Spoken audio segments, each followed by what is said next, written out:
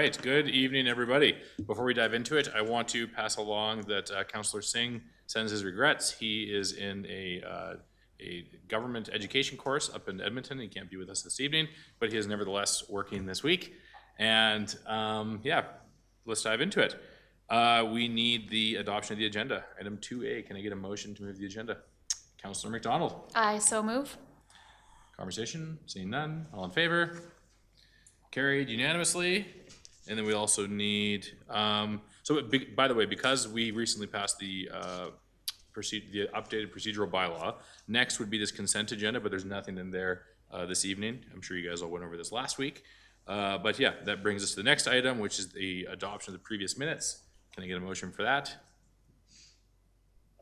Councillor Gale. I'll move that. Conversation, seeing none, all in favor? Carried unanimously. Public hearings, there are none, and that moves us into delegations. Item 6A, Cochrane Settlement Community Association. I believe Mr. Visser is coming to present. Please join us at the podium.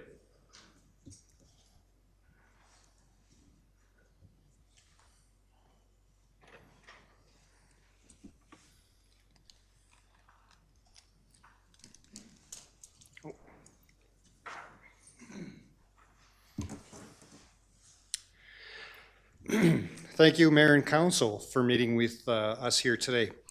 I'm here representing the Cochrane Settlement Community Association, and I'm here to share our thoughts. All right.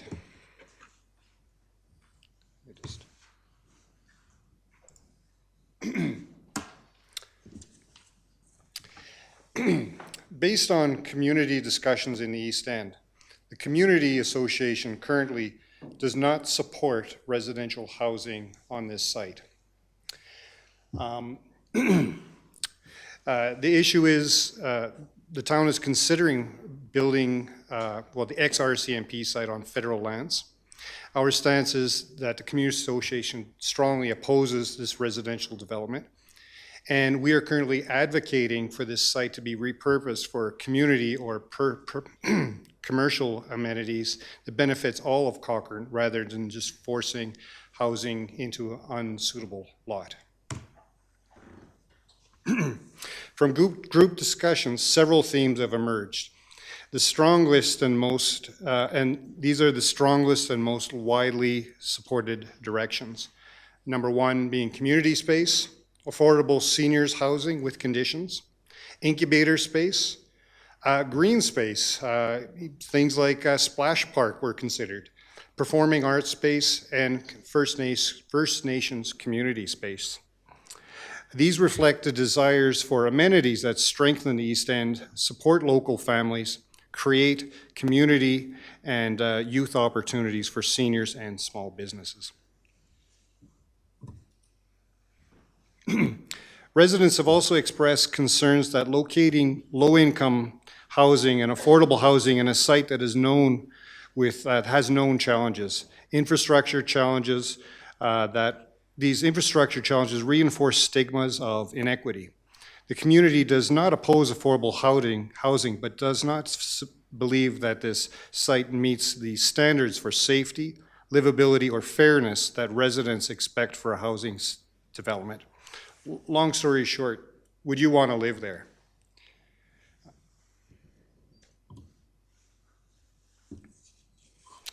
Traffic and parking concerns appeared repeatedly across nearly every opportunity category. Residents noted that the increased density in the neighborhood already has made it very difficult to get in and out of the East End. This development would certainly make that situation a little worse. Residents noted that it may be a site that could be too small for this number of housing. It's been proposed that it could be as many as 50 units in the building. And we also believe that the development should respect neighborhood architectural guidelines.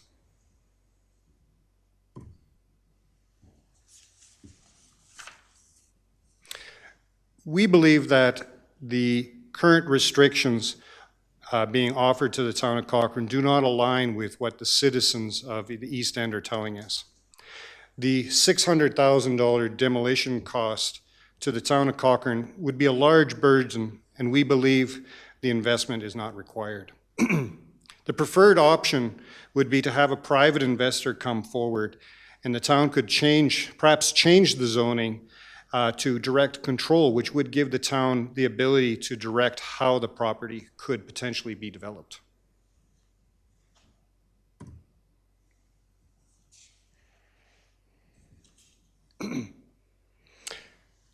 Residents have identified significant concerns related to rail noise, vibration, safety, parking limitations, and overall livability.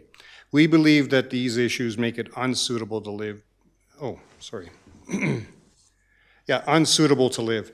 Our community is not opposed to the redevelopment, but we believe that this development should be appropriate to the site and beneficial to the East End.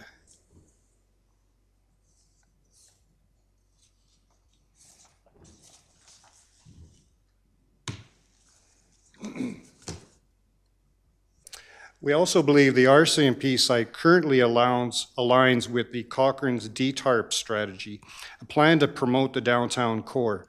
The current site also aligns with needs like for groups like the men's shed, that could perhaps repurpose the site as is with no expense to the town.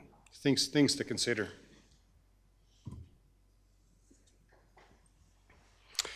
Residents strongly support addressing the former RCMP through a transparent area redevelopment plan, clarity on land use constraints, meaningful community participation. A subcommittee has already been formed and is ready to work with the town.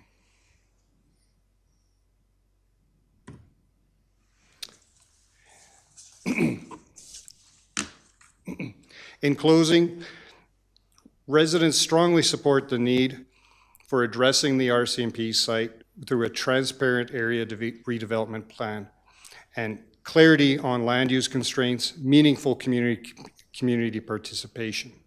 And we look forward to working with the town. Thank you. All right, thank you. Council, can I get a motion to accept the presentation as information, and then let's kick off any questions people might have. Councillor Gell. I'll put a motion on the floor to accept his information. So if I'm not seeing any comments from anybody else, can you go back to that slide where you showed a number of different options? Can you speak a little bit about how your group came up with this list of options? And I'm wondering if there was context provided to your group about the conditions of the conversation we're having, that there's really only two options on the table, there's not. So we had two open houses. Okay. And at the time when we had the open houses, we weren't aware of the two options. That wasn't known to us at the time. So we had a raising of hands, people raised hands, hey, what would you like to see? And these were some of the things that came up. And at the time, we didn't know that. So long story short, we had two open houses. We now know more, but this was the information we had at the time. We did I repurposed the conversation when I said presentation, and we came to the conclusion that from the feedback that we received, what the people are telling us is this proposal doesn't meet what Community East End is asking, or what they envision for our neighborhood. Okay, so just to put a fine point on the question, just so I'm understanding Right. the position of your group, given that there's two options, which I'm hearing you now understand, Correct. it's just not at the time of this conversation was that known. Yes. So option one is that we try and move forward with some sort of affordable housing project. And if we do, the federal government is Correct. willing to give us the land. But if we don't, it's a disposal to a private investor. And given those two options, your group is in favor of allowing the federal government to dispose of it privately as opposed to the town advancing an affordable housing project? Agreed. Okay, thanks for the clarity. I'll turn it over to Councillor Patio. Thank you for coming to present. I know that this has been talked about lots in the community with the East End. You have named a couple of things that I think are on council's mind, or certainly on mine, including parking, including how close the proximity to the railway. All those things, I think we're still waiting back for information. to come forward from administration as we go forward. So I want you to know that it's not also on our minds as well. We realize some of those issues. To the mayor's point, so if a private investor comes in, I don't know if a private investor is going to come in and say, we're going to develop a park. So I mean, when you open it up to a private investor, you have to be prepared that that private investor can technically build whatever that land use is. And maybe from administration, if you could, somebody could maybe give us a quick update on what those uses could be, because one of them is actually residential housing. And so if you open it up to private investors, and I'm only pointing this out because you might know one project, but if you choose to go the private investor, you might not know what you're actually going to get. And where council could direct control it, I don't think the council, nobody's going to buy it to build a park. So that's where it becomes just maybe some clarity, and maybe if an administration can kind of fill everybody in on what it could turn into. True. There are certainly some discrepancies. This was just the feedback that we received.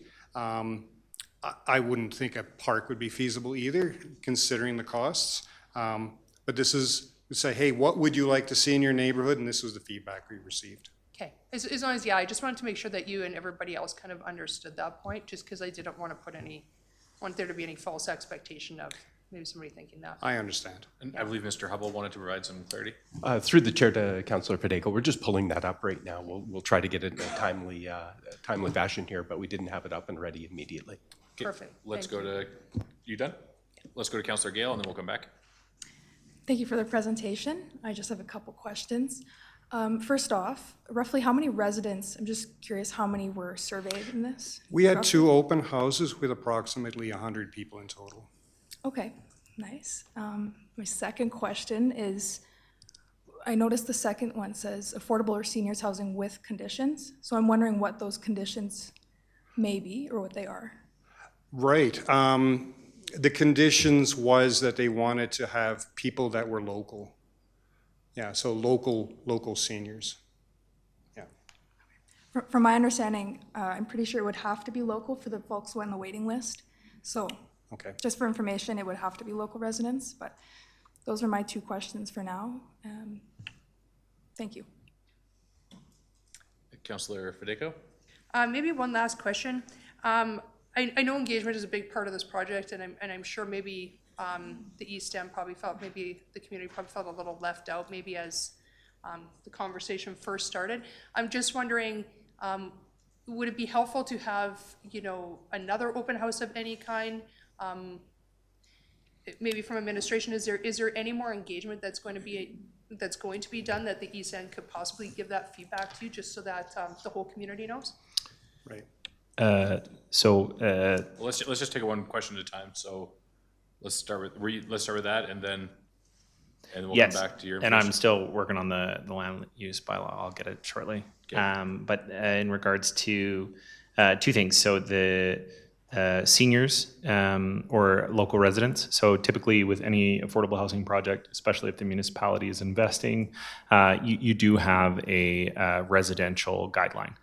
So the idea is generally you're wanting to see residents who've lived in the community for about a year before they'd be considered eligible for staying there. So there is that they'd be local.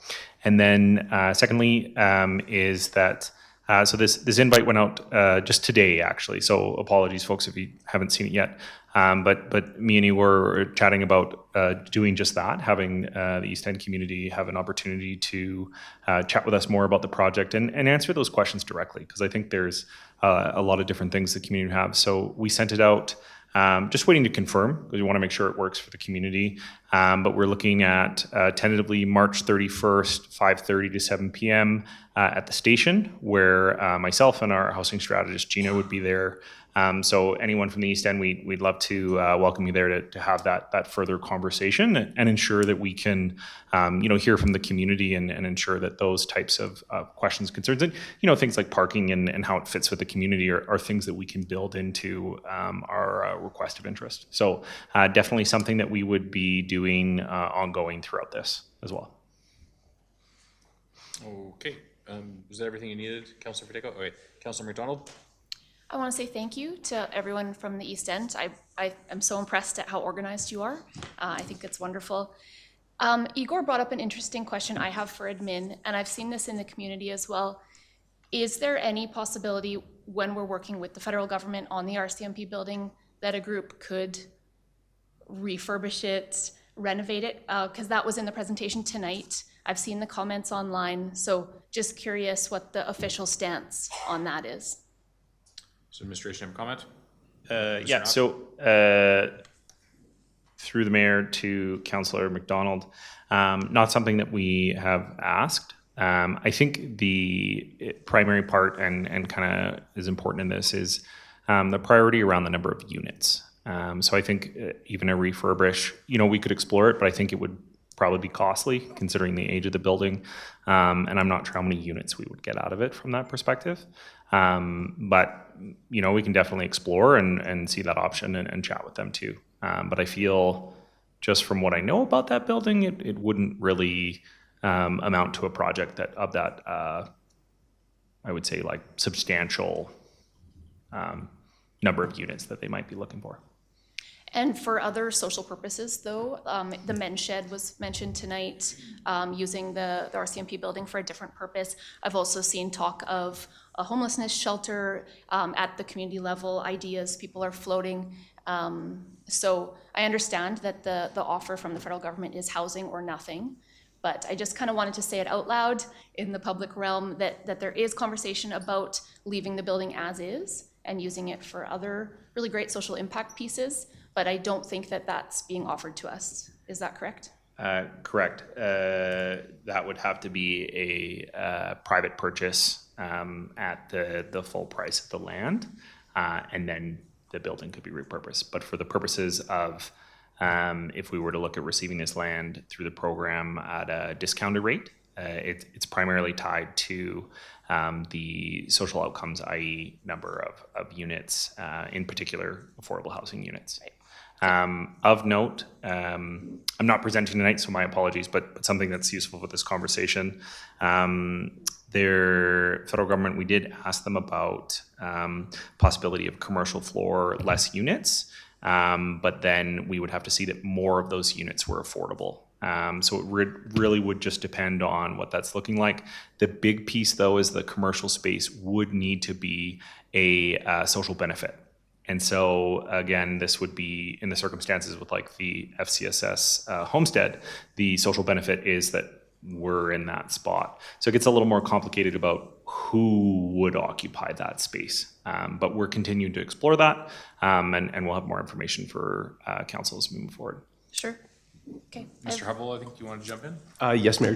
Getting back to the earlier question about the permitted uses of the Community Services District. The permitted uses are childcare services, community facility, dwelling, multi-unit, educational service, government service, healthcare facility, healthcare office, market, recreation facility, supportive housing, temporary care facility, temporary commercial service. And the discretionary uses are drinking establishment, eating establishment, fitness studio, parking facility, and retail service. Councillor McDonald, are you done? Yeah. Councillor McFadden?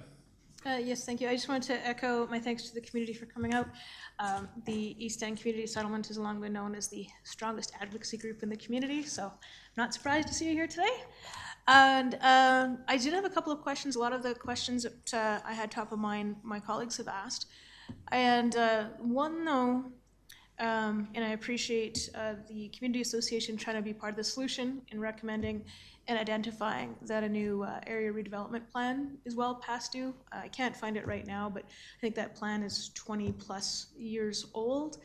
And the last time I looked at the plan, actually, and I can't find it right now to prove it, those, the RCMP station and those properties are actually outside of the East End Settlements plan, which was interesting to me because I was looking at it, I just assumed it was part of it, but it was not part of the East End redevelopment plan. I can't remember what the plan's called.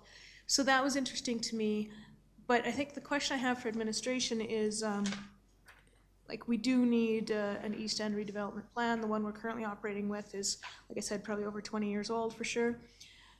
But you know, if we budget it and moved ahead with something like that, that's probably a 2-year project as a quick guess. But that's well outside the window to take advantage of this. So that's where the clarity I'm looking for is, what is the timeline to be part of this story with the federal government? Yes, so through the mayor to Councillor McFadden. So again, without going into some of the nitty gritty that would be a part of the kind of negotiation process and things like that, we could safely assume that when the program is no longer operating, which would be inside of the first quarter of next year. So generally, federal government is March 31st each year. So typically, we'd be looking for that as our timeline to have a go or no go by then. Okay, so what I'm hearing then is, yeah, we've got kind of 12 months to kind of go through this conversation with the federal government and understand our community is interested in participating. Okay, so that I feel then that leaning on the creation of a new redevelopment plan to guide that, they're kind of incompatible answers at this point. Anyhow, so I just want to identify that for a question. And one of the points, there's 2 points I think when we get some next information coming back on this that I'd like to identify is hear often the impacts of traffic on the neighborhood. And certainly that's, you know, a community I lived in for a great number of years. So if we could get an understanding of that, but I know at one point that building was chock-a-block full of municipal enforcement, and a kind of a comparison of what traffic we were having when it was an acting municipal enforcement building versus what might happen here. So if we might just see if there's a significant difference in the traffic impact there. And then the other question I'd like to verify is would I like to live next to the tracks? Is that how much of that? So I'd like to be able to understand how we can mitigate any of that living next to the tracks, the vibrations, those type of things. But again, a quick scan of the municipal map actually shows a fair number of housing units, West Terrace, Heartland, West Edge, West Point. There's a fair number of folks have chosen to live there. And so to understand what type of mitigation pieces we can learn from that to maybe adapt it. So those are kind of 2 questions I might be looking for in future conversations. I just wanted to share those with administration. Mr. Hubble? Through the chair to Councillor McFadden, when we come forward with further information on this case, we'll bring that forward to you as well, both those items. Great, thank you very much. And so yeah, I think that wraps up my questions for now. I did just want to thank the Community Association and also for striking up a committee, so we know who to make sure to keep engaged with as we move forward. So thank you very much. Okay, thank you. Don't leave just yet. I still got another question. So your organization obviously came and took a position tonight, but is there anything that could be included or changed in a potential affordable housing plan that would change your organization's position? I'm not looking to force things upon the community, but I say never, but we just don't feel this particular proposal is a good fit. And really there's there's 2 people that the conversation really struck me. There was one person who came out and said, really, would I want to open up my window and let's say I was sleeping there, would I really want to sleep right next to the tracks and wake up in the middle of the night with the train rumbling by and the smell of the diesel fumes? That was a conversation that struck me. But then also I met a person who lived in the East End who would probably qualify for a low-income housing unit. And they said, you know what, I'll take a low housing unit and next to the train tracks, I don't care as long as I can afford it and it's a good place to live. So there's differing opinions in the neighborhood, but for the most part, many people were saying, is it really right, even if I'm a poor person, do I really want to live next to a train track? And in terms of equity, should we be putting people that maybe can't afford to live anywhere else right next to a train track? And most people said no. And if I could ask, in your conversations with local residents in your community, is the opposition of the project near unanimous, or is it balanced, like a 55-45 split? Is opinion pretty split, or is it like nobody wants this thing in East End? No, I'm going to say maybe 30% people want it because they're looking for affordable housing. They attended the meeting because they wanted to find out, hey, is there going to be more affordable housing? And then and again, I'm just averaging in my head. They're not accurate numbers. The other 70% were against it. And many of them weren't clear in their opposition. They were just saying, hey, it would affect parking, but they were just opposed to the development in general. And of the 30% who supported it, would you say that the majority of them is that they're hoping to benefit from it themselves, or do you think that there's a portion of those people who are looking forwards to the taxpayer supporting other families, even if it's not their They family? were looking for low-income housing, Okay. and they were hoping to support that initiative. Okay. Any other questions? Guess we need a question on the motion. All in favor? Carried. Thank you very much for coming out here. Thanks for your group's advocacy. Thanks. And that brings us to business. Item 7A, 2026 Citizens Budget. And we are being joined by Kristen. Take it away. Thank you.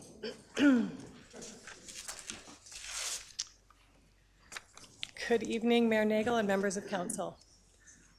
I'll just give it a minute for everyone to Sure. go.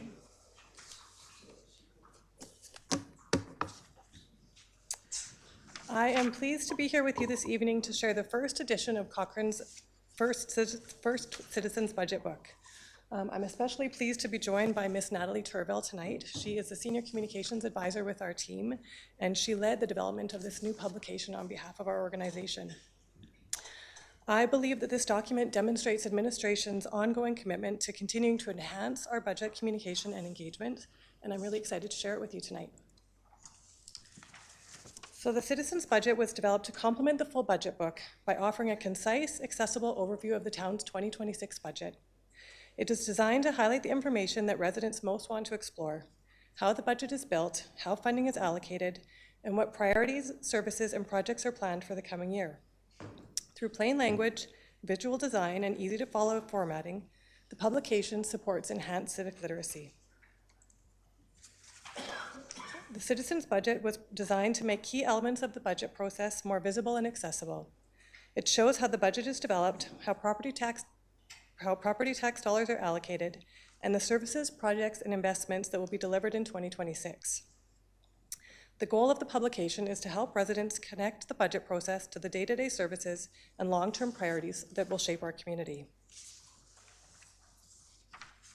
The Citizens Budget will be distributed primarily through a digital approach, making it broadly accessible through Cochrane.ca and promoted on our town's corporate channels. Limited print copies will be available at town facilities and at community events to support in-person access and reach residents who prefer the publication in a physical format. This approach balances accessibility, visibility, and responsible use of communication resources. This is our first approach with this document, and we're really looking forward to council and community feedback. We see this as part of an ongoing enhancement and communication process with regards to our budget. An important part of this process is listening to the community feedback, whether residents find it useful, what elements are most effective, and what they would like to see strengthened in future editions. This will be supported by the feedback we gather during the spring focus group session, where we'll be looking for those specific community members to provide their feedback on whether or not this helps them to understand our budget process. This will help to ensure that the publication continues to evolve in a way that is relevant, useful, and reflective of Cochrane as a community. Looking ahead, our goal is to align the Citizens Budget with the release of the draft budget book in the fall. This will help position the publication as a useful tool during fall budget engagement, helping residents and the media to understand the budget process, the proposed direction, and the context for upcoming decisions. Over time, that alignment can support a more informed community participation and a stronger connection between budget communication and public engagement.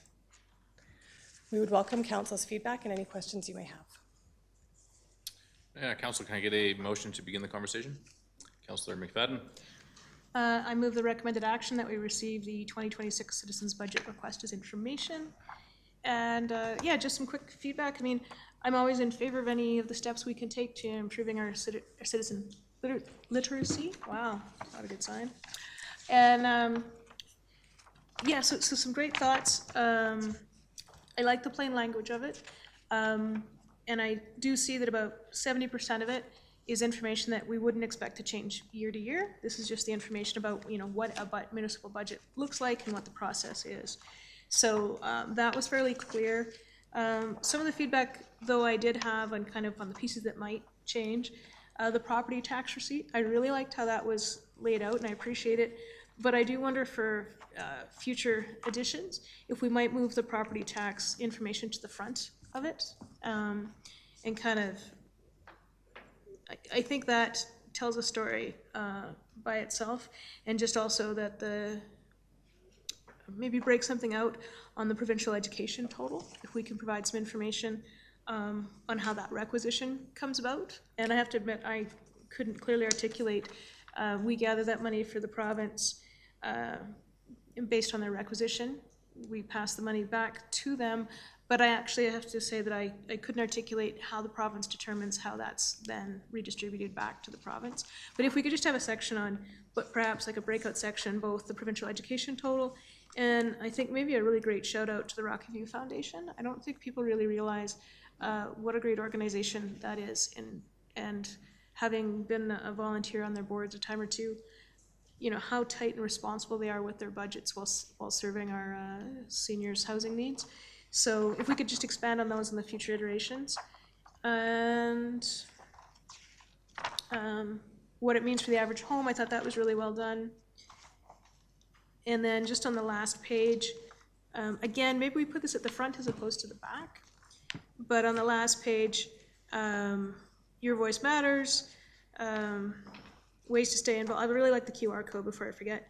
Take part in surveys, attend council meetings. I think perhaps we should also,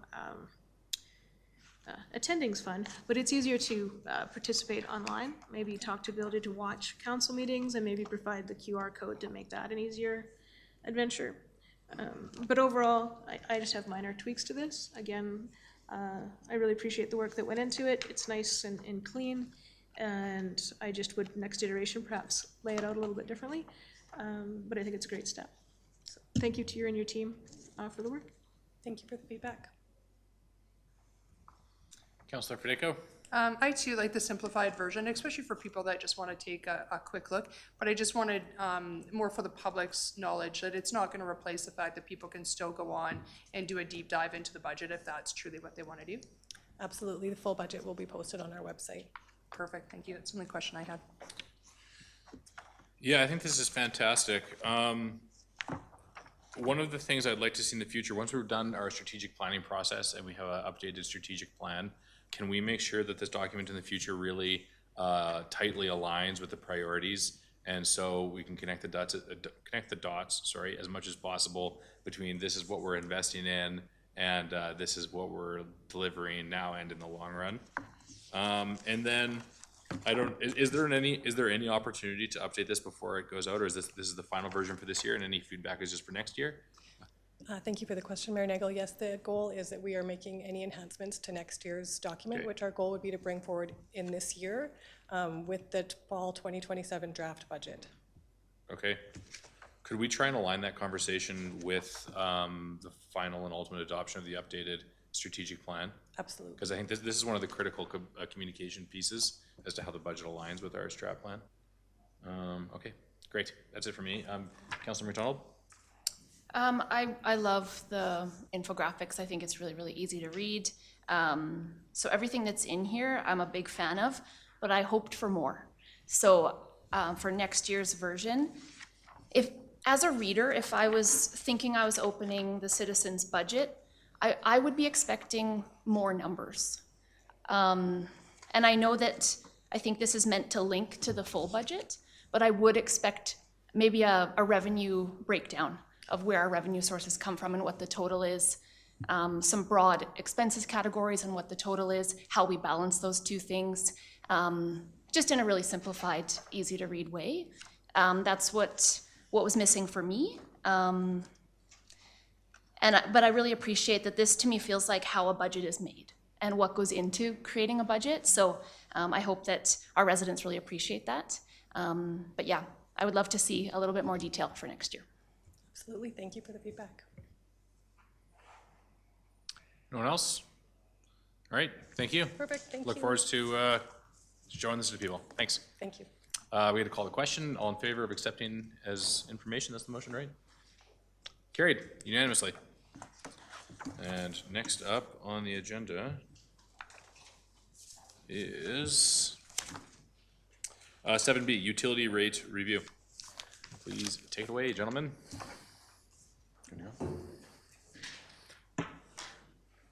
Good evening, Mayor and Council. Tonight, we're introducing an important piece of work for the town, our utility rate review for water, wastewater, and stormwater services. As outlined in the report before you tonight, utilities operate on a user pay model, meaning the people who use the service fund operation, maintenance, and long-term sustainability of those systems. Periodically, municipalities undertake rate reviews to ensure the rates continue to reflect the true cost of delivering those services. Tonight's review is intended to do two things. First, it will help provide council with a clearer understanding of how utility rates are developed, including how we determine the costs of running the system, how those costs are allocated to different users, and how rate structures are designed. Second, we're asking council to consider and provide direction on the guiding priorities that will shape the review.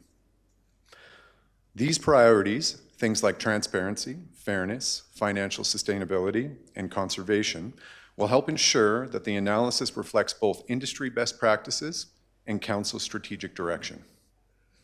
Utility systems are complex. Behind every glass of water or flush of the toilet is a large and sophisticated network of treatment plants, pipes, pumps, and infrastructure that must be maintained and replaced over time. Reviews like this help ensure we are planning responsibly for those systems while balancing affordability for our residents and businesses. To guide us through this work, the town has engaged Urban Systems, who bring significant experience in utility rate reviews across Canada. Chris Nelson is a community consultant with Urban Systems. As a community consultant, his focus is on the delivery of integrated projects that interface between municipal finance, long-range strategic planning, capital planning, and infrastructure delivery. With a multidisciplinary background in economics, finance, and urban planning, Chris is uniquely positioned to support municipalities. Through his work, Chris has supported communities within the region and beyond on utility rate reviews and cost of service exercises, and over the past decade has had the opportunity to support the town of Cochrane on a variety of initiatives. In addition to supporting the town on local cost of service exercises, Chris supports the town and other regional customers in cost of service reviews during the negotiations with the City of Calgary. With that, I'll invite Chris to the podium to walk council through the presentation and the work ahead.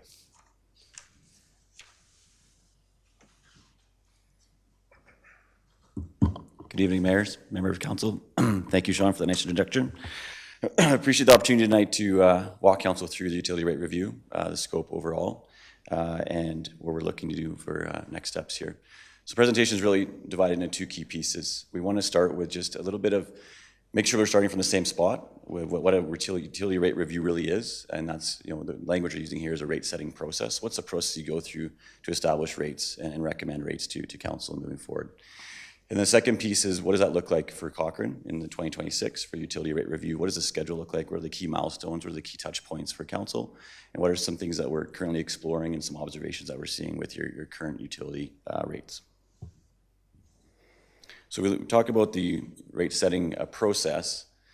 First, we want to make sure it's really clear as what we're actually reviewing. So this would be a sample utility bill that Cochrane would receive, and it would cover 5 different service offerings that is provided to different residents and businesses within the town.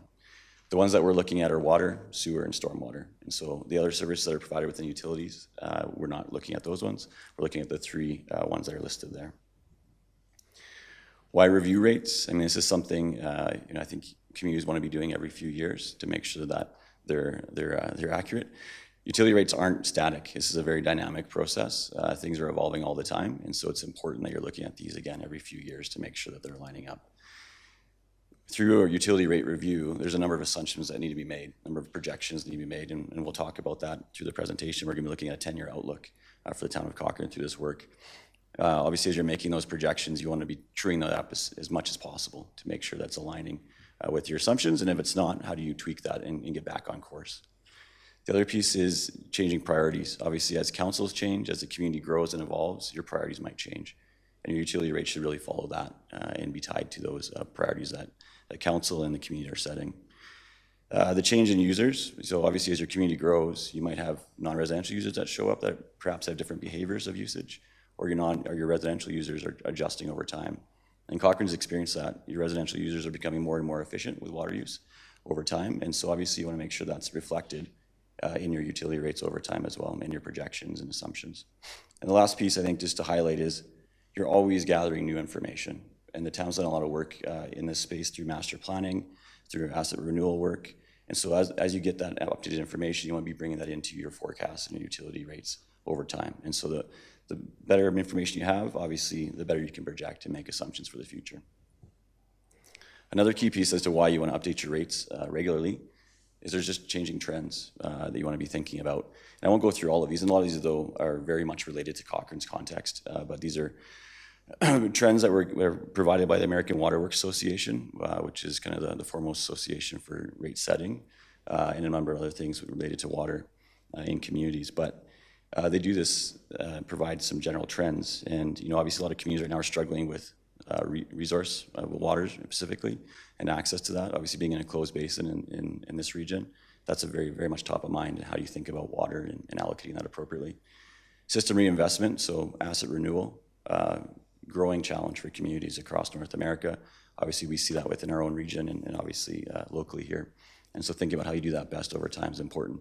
Affordability would be another big emerging trend, obviously, not just utility rates, but in general, and utility rates play a part in that. So how do you think about it as a community over time? And then obviously we have systems, or people within the system treating water differently in different services, and so there could be a declining use of per capita water usage. What does that mean for utilities in the future when you're projecting revenues? So just a few different things you want to be thinking about, but these are the trends, obviously, as you're updating your utility rates, to always be looking at that. What are you seeing in other communities? What are we thinking about overall? When we think about a rate setting process, so this is the process you go through to ultimately to establish your rates. And again, we're looking at water, wastewater, and storm. These would be the 5 kind of key steps, and we'll go through this in general at first, and then we'll pull that into the 2026 work that we're doing for the town of Cochrane. Again, just to make sure we're all starting from the same spot. So we think first step here is really setting your priorities. And these are some sample priorities that we've collected over the years working with other communities, and again, that we'd see in other works that is done across North America. And if I just go through these lightly, what we're asking for from council tonight is the draft priorities that we put together through conversations with administration, how are those landing? Are they resonating with council? So we want to give a bigger picture first, and then we'll narrow it down in the slides ahead. Full cost recovery would be one priority that you see in a lot of communities, and Sean alluded to this in the introduction, but it's really a recognition that each utility is able to cover all the costs that are related to that utility through the rates that it charges. And so if you're a water utility, you're charging appropriate rates to cover all of your operational costs, your capital renewal costs, any kind of transfers, et cetera. And we'll go through that a little bit more in the slides ahead. Fairness and allocation of cost to different ratepayers. So making sure that those that are benefiting from the system and maybe putting as much more demand on the system are charged appropriately within that system. Promotion of efficient resource use. So it's making sure that your rate structure is set up in a way, you're charging your utilities in a way that are encouraging conservation and efficient use of those resources. Revenue stability and predictability, these would be priorities that are really about, a lot of the utilities have very high fixed costs, but there's different ways you can charge for your services. And so how much of that do you want to see is stable and predictable versus flexible over time based on usage? Rate stability and predictability, this is really speaking about your users within the system. How much can they rely on? They're not going to have rate shock next year or the year after. And again, looking further into the future and having good inputs can help limit that for sure. Ability to respond to changing supply and demand patterns. This is just recognizing that community is evolving, that user patterns are changing, and how are you setting yourself up to adjusting to that. Simple and easy to understand, so this is really for those that are interfacing with the utilities and using those services. Do they actually understand what they're paying for? Do they understand how they're being charged for that? And how is that demonstrated?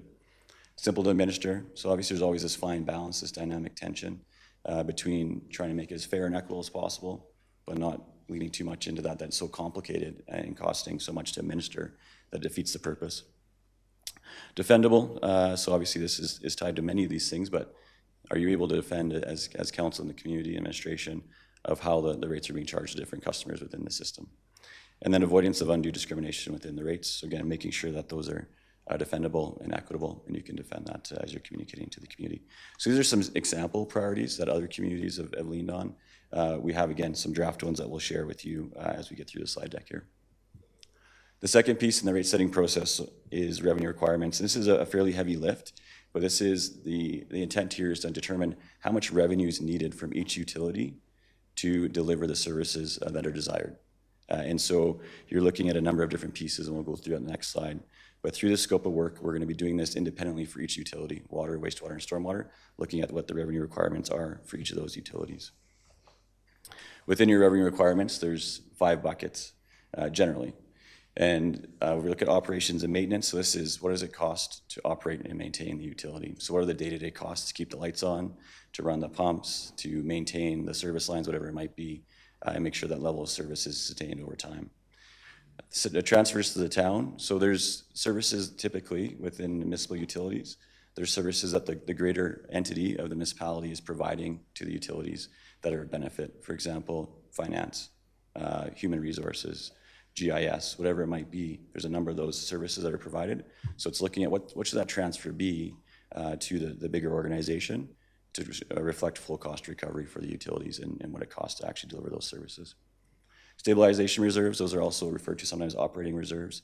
So these are reserves that you typically would have so that you're not every year having to adjust your rates for things you didn't anticipate.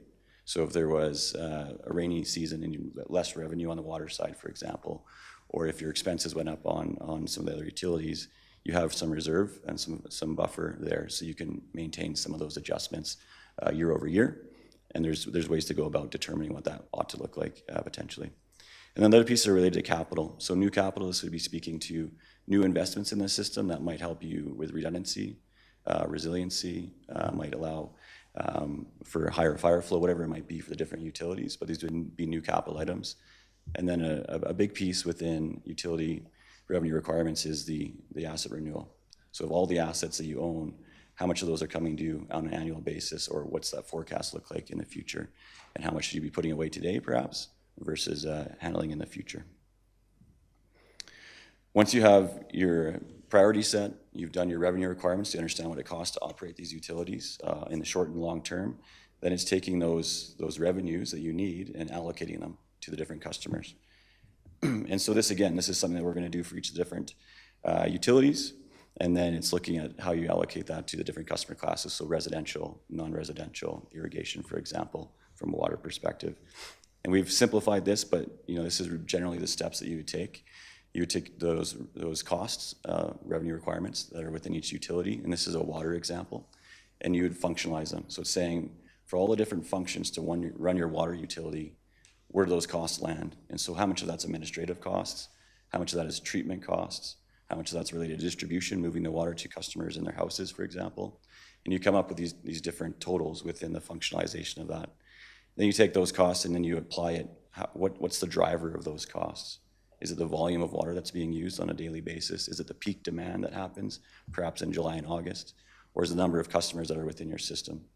And then that allows you to transition that into the user categories, so residential, non-residential, and irrigation. And within some of those classes, you might have subclasses, like in residential, you might have single-family users, and you might have multifamily users who treat the system a little bit differently for certain utilities. And so this is a step that we would take, again, for each of the different water, wastewater, and stormwater utilities, so that we can get to a more defensible space of how these customers are interacting with your utilities and how much they should be paying to try and make it as equitable as possible. So once you allocate those costs to customer classes, then you're really trying to tie it back to how should we actually charge the customers? How should that look when they're getting charged on their bill? And that's called the rate design. And so again, this is something that we're looking to do for each of the utilities. This would be tied to a number of factors, but largely tied to your priorities. And that's why, again, we wanted to have this touch point with council, because that really influences the rate design, because it really ties to what you're trying to achieve long-term, and how you're making sure your utilities reflect that. In simple terms, there's largely two different ways you can go about a rate design. You can have a fixed portion in charges, so you charge something per month, or you can have a variable portion. And there's lots of nuance in that, and a lot of communities do both of those for all of their, for water and wastewater utilities.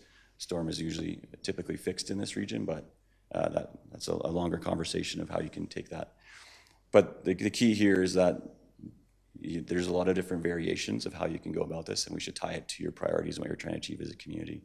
For example, an increasing block, that refers to it. The more water that you use, the more you should be charged. And so this is what currently is in Cochrane. You have a tiered approach, and those that are using a lot more water than others go into higher tiers, and for every cube they use beyond a certain tier, they pay more per cube. And so that incentivizes folks to hopefully use less water and conserve.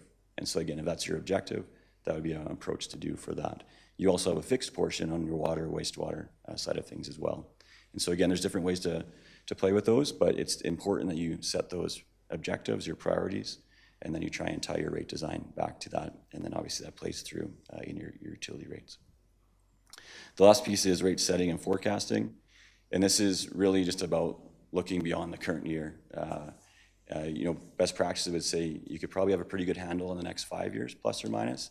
As you get from 5 to 10 years, it gets a little bit more foggy. Obviously, the town has a 10-year capital plan and something you can lean on for that, of what those investments might look like from the capital side. And you can obviously work through operationally and maintenance-wise what that could look like in the years ahead. Important that you look further out than a couple years, though, and then you continually true that up and adjust over the years ahead. And so the intent here is really getting a forecast together so you can understand if we're trying to achieve X, but we're way back here, how do we get there and close the gap? And you can set that up for the 5-10 year outlook. And so you're not looking at a rate shock, for example, over 1 year. How do we do that year over year over year to make those adjustments a reality? So that's the rate setting process and the steps that we're hoping to take forward with each of the utilities.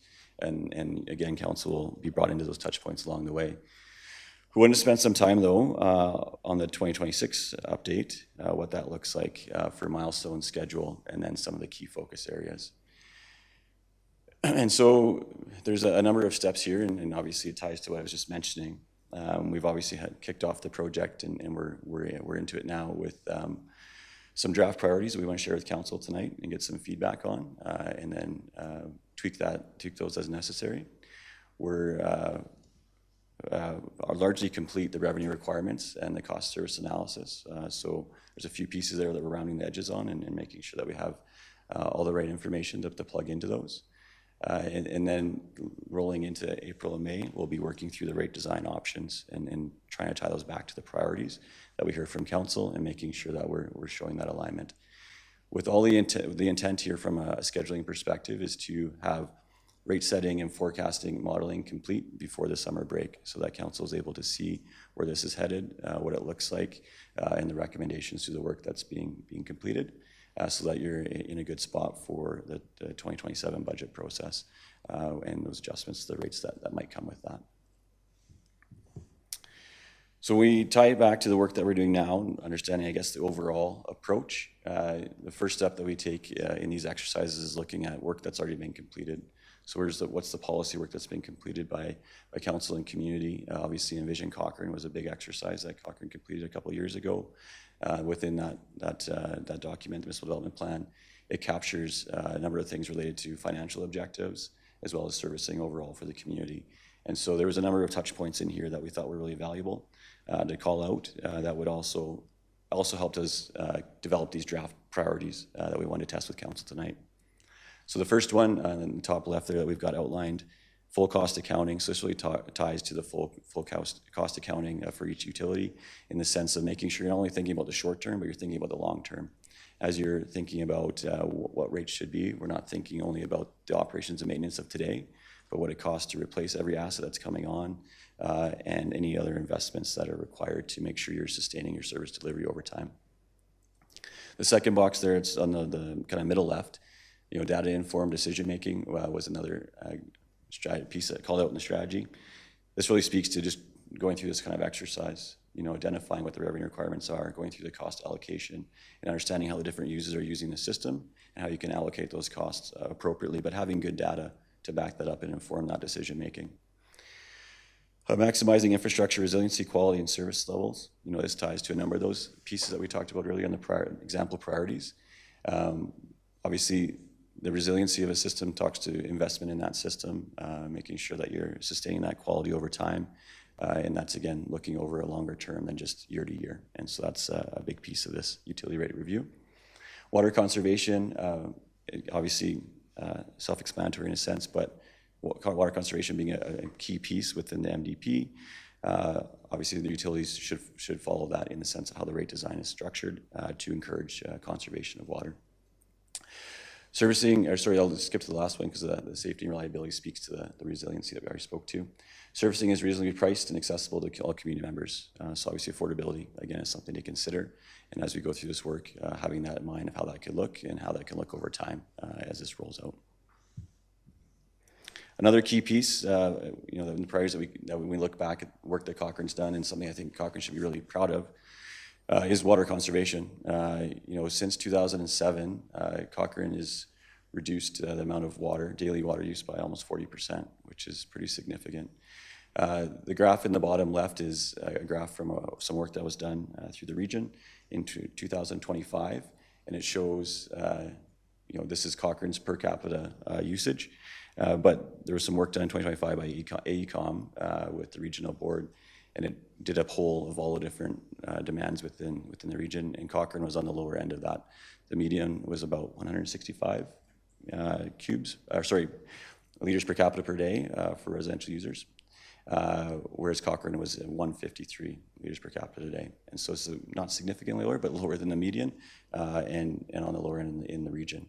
And again, this is based on a lot of work Cochrane's done over the last decade and a half, if not 2 decades, to promote water conservation and make sure that it's treated like a scarce resource that it is in this basin area. So once we kind of look at those different touch points through work previously done and strategically where the community is trying to go, and through discussions with administration, we've come up with 8 draft priorities. And again, this kind of sets the foundation for how it guides your rate design and what you're trying to achieve overall. And some of these would be, there's some closer touch points perhaps to rate design. Others are through maybe communications and other ways how you roll this out in the community and continually build on that. And so we'll try and walk council through how those are play through into the rate design process.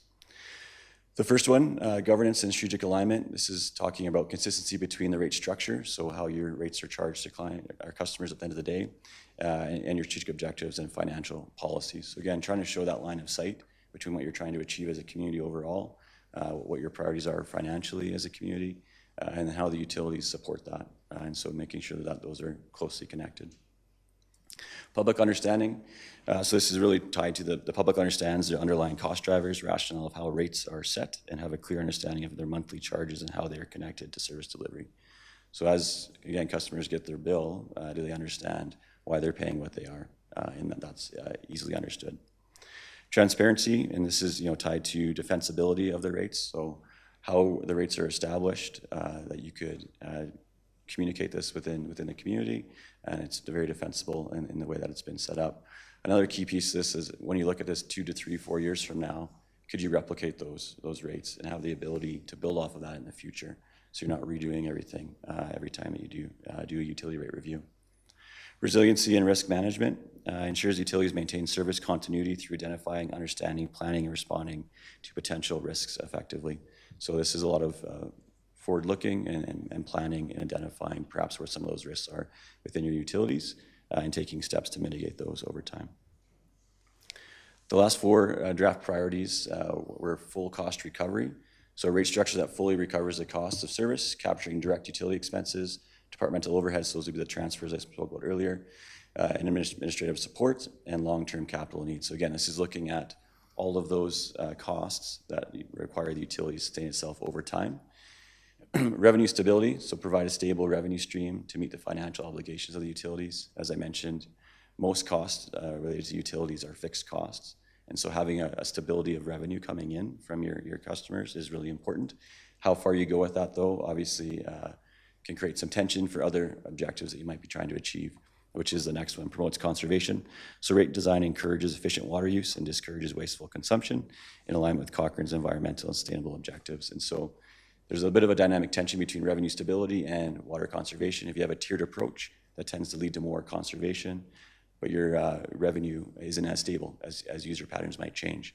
But if you're fully fixed, then obviously conservation isn't an objective that may be achieved. So it's always the balance and working through that. And again, that's a part of the work that we're doing. And then the last one here is fairness and equity. Considers different cost drivers that are reflective of the user behavior or use behavior of different customer classes.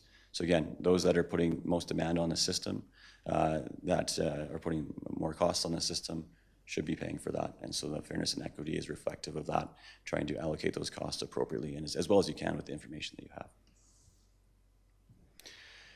So we didn't want to just throw the draft priorities at you. We wanted to speak a little bit about some of those ones that perhaps are a little bit more tied to ultimately the rate design at the end to give it more full picture. So when we come back in a couple of months with rate design options and tie that back to the priorities, council perhaps can appreciate that a little bit today of how that would tie back.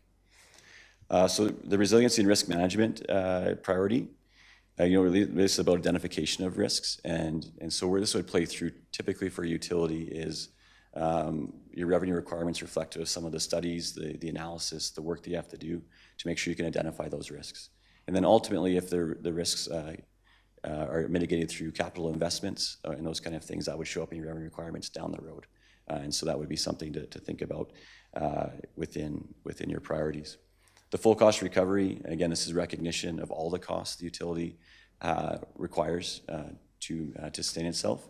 And so what we typically see through this as you go through, especially on the capital and the asset management side of things, is you tend to see a little bit of a upward pressure on rates to be able to make sure you're in a good spot to be able to do the asset renewal when it shows up.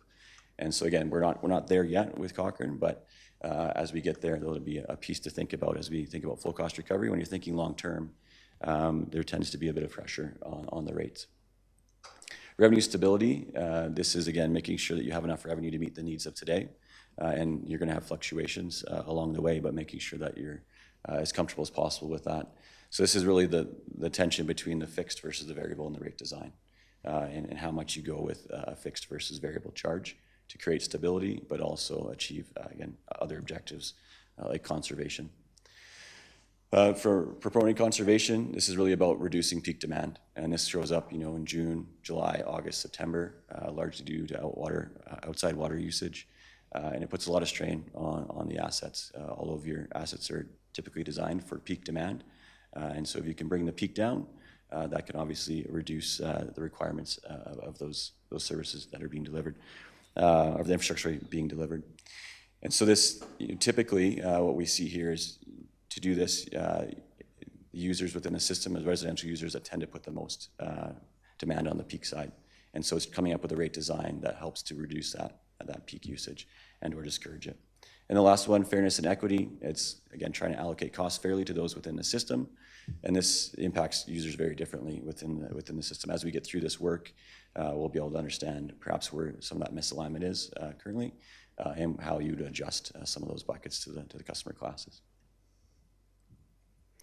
So these are the draft priorities that we've developed with administration. And just plant this seed right now. Got a couple more slides, and then we'll open it up if that's okay.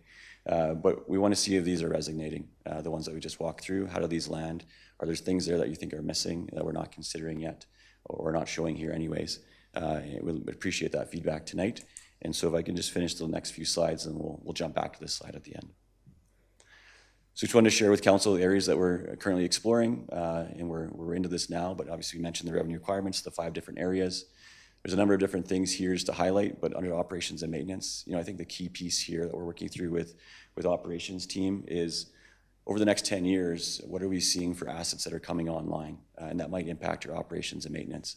And how do we think about that? So not just taking what we have today and extrapolating at 3% and saying, okay, that's what it is. It's okay, when are you building some new assets, and what might that mean for operations and maintenance long-term? So a good example of that would be a water treatment plant expansion in the future. What does that mean for operators? What does that mean for chemicals? What does that mean for all the different inputs that are required as you expand that asset?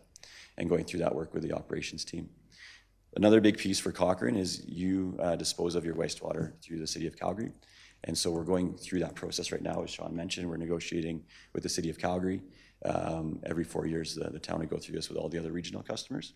And so we'll have some good inputs on that side of things to understand where that's landing for the City of Calgary charges to the town and being able to bring that into this work, which is important. Transfer to utilities. The team is doing a heavy lift in meeting with all the different departments within the organization and understanding how they support the utilities. And so this will give the town a higher visibility of where all of those support functions are, and perhaps how much the transfer from the utilities to the town should be, to be able to give a bit more rigor behind that, and then defensibility at the end of the day around full cost recovery for the utilities. And the last piece here, stabilization reserve, the town currently has operating reserves. And so it's just looking at those and saying, for each utility, does that amount that's in the operating reserve make sense? How might you want to tweak that over time to allow for, again, minimizing any kind of rate shock if revenues don't show up as anticipated or expenses adjust over time. Some other pieces, new capital. Obviously, the town has done work on the 10-year capital plan, has other things like water wastewater master plan that's in draft that we can lean on here and pull into this work as to what we're seeing for what would be some new capital that the utility might be funding in the future. Asset replacement, there's a number of different resources for this. The town has done a lot of work on asset management in regards to their water wastewater vertical assets, which tend to be your most complicated and have a number of different components that expire at different times. So they've done a lot of work in that space that we can lean on, as well. The water wastewater master plan that's in draft, we can lean on that as well for some inputs on where perhaps some investments need to be made. And then where there's gaps, we tend to lean on tangible capital assets, which the next slide will speak to what that is, just to make sure, again, we're all on the same page for that. And then the last piece on the revenue requirements is looking at intergenerational equity. So when we're thinking about big investments on the asset renewal capital side, how best does the utility, the town, handle those from an intergenerational perspective, again, over time? And so we'll be doing looking at different options for that and for consideration for the town of how you could handle that over time. There's a number of different elements to that that'll be important to consider. So where there is gaps in asset replacement, this is just something we want to highlight because asset replacement tends to be a really big piece of utility reviews. And obviously we know within the region across Canada, this is becoming more and more of quite a big storyline and something that communities need to think about and get ahead of.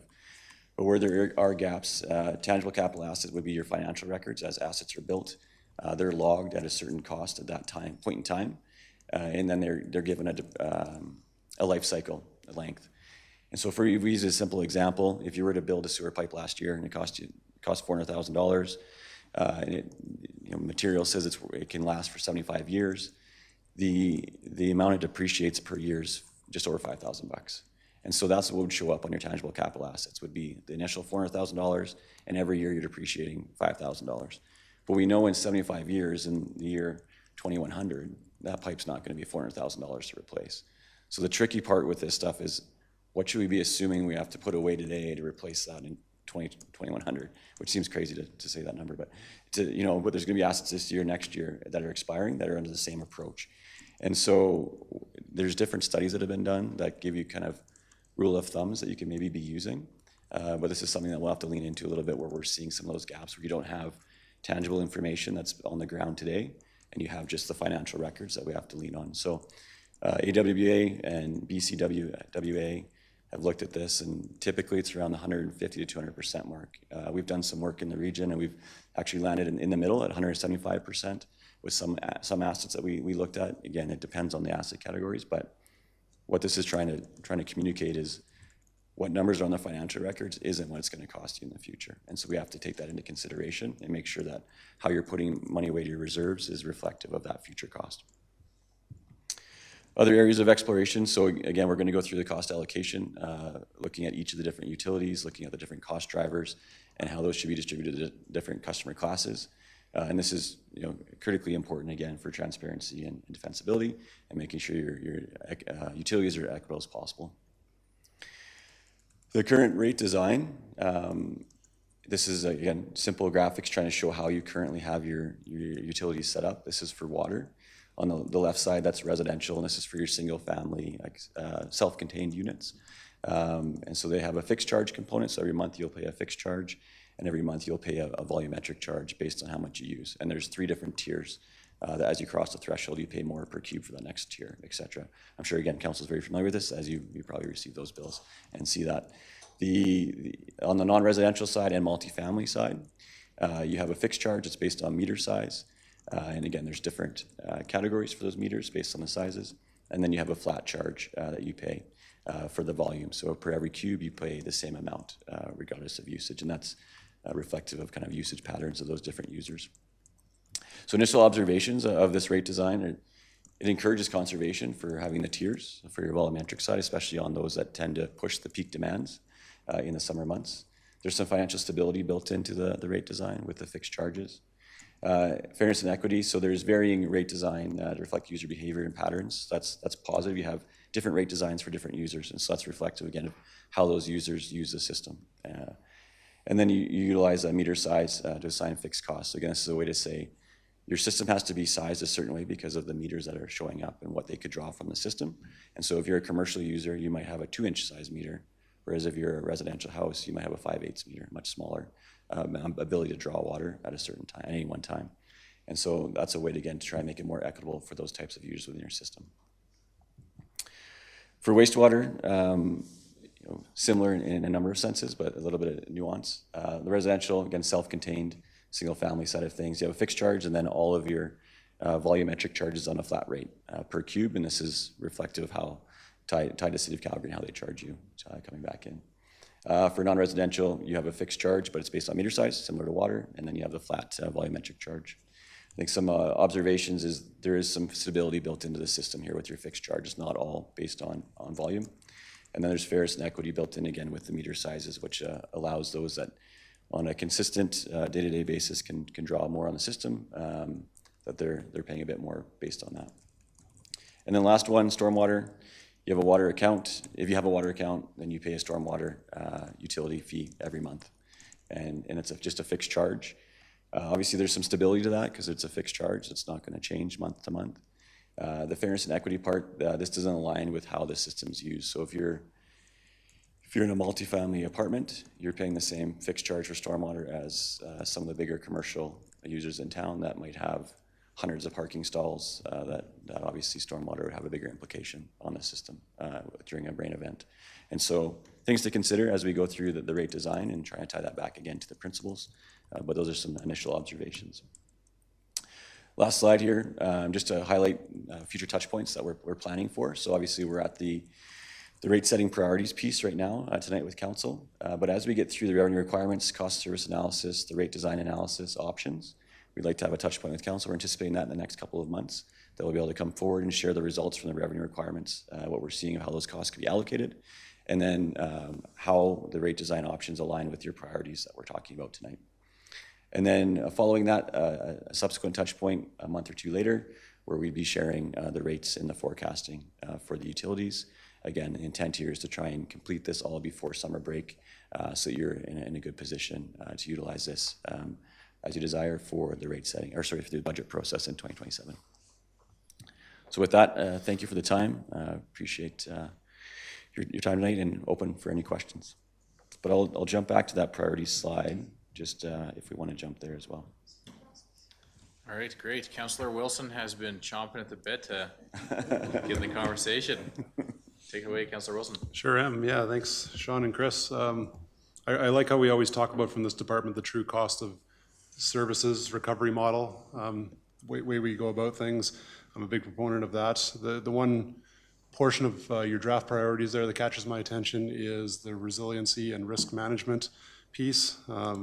Lately, with the Calgary example of the 16th Avenue water main situation, that's where my mind goes to. And so I've got 3 different questions that were generated One was, are our rates allowing us to save for projected infrastructure life cycling? Is that obviously currently in our reserve account, or are we behind on saving?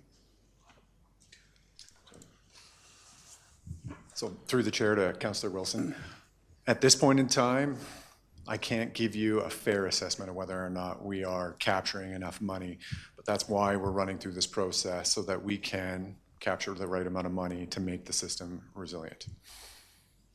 Okay, at some point we'll have an answer to that further down the process, the line of this. I expect that we'll have preliminary numbers for you when we get somewhere end of April is what we're projecting right now, and that'll give you a bit of a picture, and I'll have a better picture by then as well. So I'll feel more comfortable giving you an answer. Okay, appreciate that. I was curious about our pipe inspection tool we heard about last year. Is that giving us better feedback on structural integrity, capacity, durability of our Cochrane pipes? So we haven't completed that work yet. It's out for bid, just closing right now. Okay. So if you ask me that question when we're back here for our next presentation, I should have an answer for you. Okay, I might go 3 for 3 on this. How do our current and expected rates compare to like municipalities for users? Through the chair to Councillor Wilson. That's normally something that I bring up during the budget presentation. And so as we stand right now, we're about middle of the pack when it comes to wastewater in the region. And with water, we're more to the lower side, I should say. So there might be a bit of a gap there that we need to address. Okay, sounds good. The direct answer to your question here tonight, I suppose, is that my mind went to the resiliency and risk management portion of our study here, and looking forward to what we have to say about that topic as we move on. Thank you. Yeah, for sure. If I could, Councillor Wilson, through the chair. For sure, in future presentations, we'll make sure to bring comparable rates as we're pulling that together for Cochrane. But I would caution council when you're comparing rates, there's so much baked into those, and they're not going to all align. And so we have to be confident, I think, in the priorities and what you're trying to achieve and how best we get there. If your rates are perhaps a little bit higher than other communities, it might be because perhaps they're not putting enough away for the future days of asset replacement and otherwise. And so being mindful of that and confident that doesn't negate the ability that you'll want to understand where you fit overall within the region and beyond. So I appreciate that. And sorry, Councillor Wilson, did you put a motion on the floor? I should have done that at the beginning. I forgot to put a motion on the floor. I would move option 1 that we accept the information from the report. Okay. Next up, Councillor Patio. Thanks for the really in-depth report. I'm excited to kind of see maybe what some different trends might look like as you go through the process. I was just curious, and I'm sorry if I missed it, when was the last time an in-depth review to this nature was done here in Cochrane? Through the chair to Councillor Federico. I'll be honest, I don't actually know the answer to that question. The most recent report that I could find was a cost of service analysis that we did for wastewater service, and that was about 10 years ago. But I don't know that they took a look at water service during that investigation. It's something that I'm totally willing to take away and come back to you with. Yeah, I'd really be curious about that, and especially kind of listening to how, once you get kind of that 10-year out, it becomes, could become substantially different. And that might kind of lead into my next question. And, to Councillor Wilson's point, I think with watching what's happened, not only in our own community, but with Calgary, all of a sudden it makes it very heightened on the asset replacement, on the intergenerational equity, how we're going to pay for things as we go forward. It becomes even more important. If you went through all of this and there was going to be a substantial rate increase of some kind, how would that rate increase come down? Would it be done through you might not know the answer right now, but through a phase type of approach or something along that line, just so that residents understand that, we're not going to go through all this, and it could be, what happens if it is a massive amount that things have to change. Do you know what that could possibly look like? Perhaps I'll leave that to Chris to draw on his experience with the large rate increases. Through the chair to Councillor Federico, that's exactly it. That's part of this is having a far enough outlook that's reasonable, so you can allow for some of that flexibility over time. It's, if you were to see I'm using random numbers, we haven't got there yet, but if it's 20-30% adjustment to do that over 1 year, that's a pretty significant rate shock to consumers. And so how does that look maybe over a 5-10 year period, but recognizing that you're going in that direction and having a game plan to get there is important for sure. Perfect. And the only last question that I had, I know it said that, there's no public engagement done at this point, but then kind of reading a little further down, it just said that things would be just publicly communicated. Is there public engagement as part of this, or is your public engagement just publicly communicating what's going to be coming forward? Through the chair to Councillor Federico. As we worked through the project, what we determined was the public does need to be informed about this, but we decided that engagement might not be the right step for this because of the complexity that comes with utility rate setting. I'm sure you're finding that as you go through all of this. That said, I'm open for feedback as we walk through this process if council sees an opportunity for public engagement. Maybe that'll come when we see, depending on trends and what that could possibly look like. But I'm glad that we're undertaking this now. It's pretty critical, and especially as we get into our financial framework and things along that line, all the pieces start to fit together. So without having any understanding of where we're coming from, this is a great first step. So thank you. Maybe I'll add one more point before we jump on, sorry. One of the things that we had intended on doing is building a regular rate review process in with council strategic planning. So you'll see this every 4 years now. Councillor Gill? One of my questions was also about the last review, so I'm very curious to hear that. I know you mentioned you'll bring that back, so I'm looking forward to that. My other question was, how will growth-related infrastructure costs be treated so that existing residents are not unfairly carrying costs that should be more closely associated with new growth? I'll definitely let Chris handle this one, seeing as he's been helping us with our offsite levy approach. So. Through the chair to Councillor Gale. So through this work, for all the new capital, for example, we'll work with administration and identify what that capital looks like, how much that's allocated to the utility. So if there's some kind of benefit to existing residents, and that's typically done through your offsite levy work where you're making that split, and that will then be recovered through your rates, or assumed to be covered through your rates in the modeling that we do.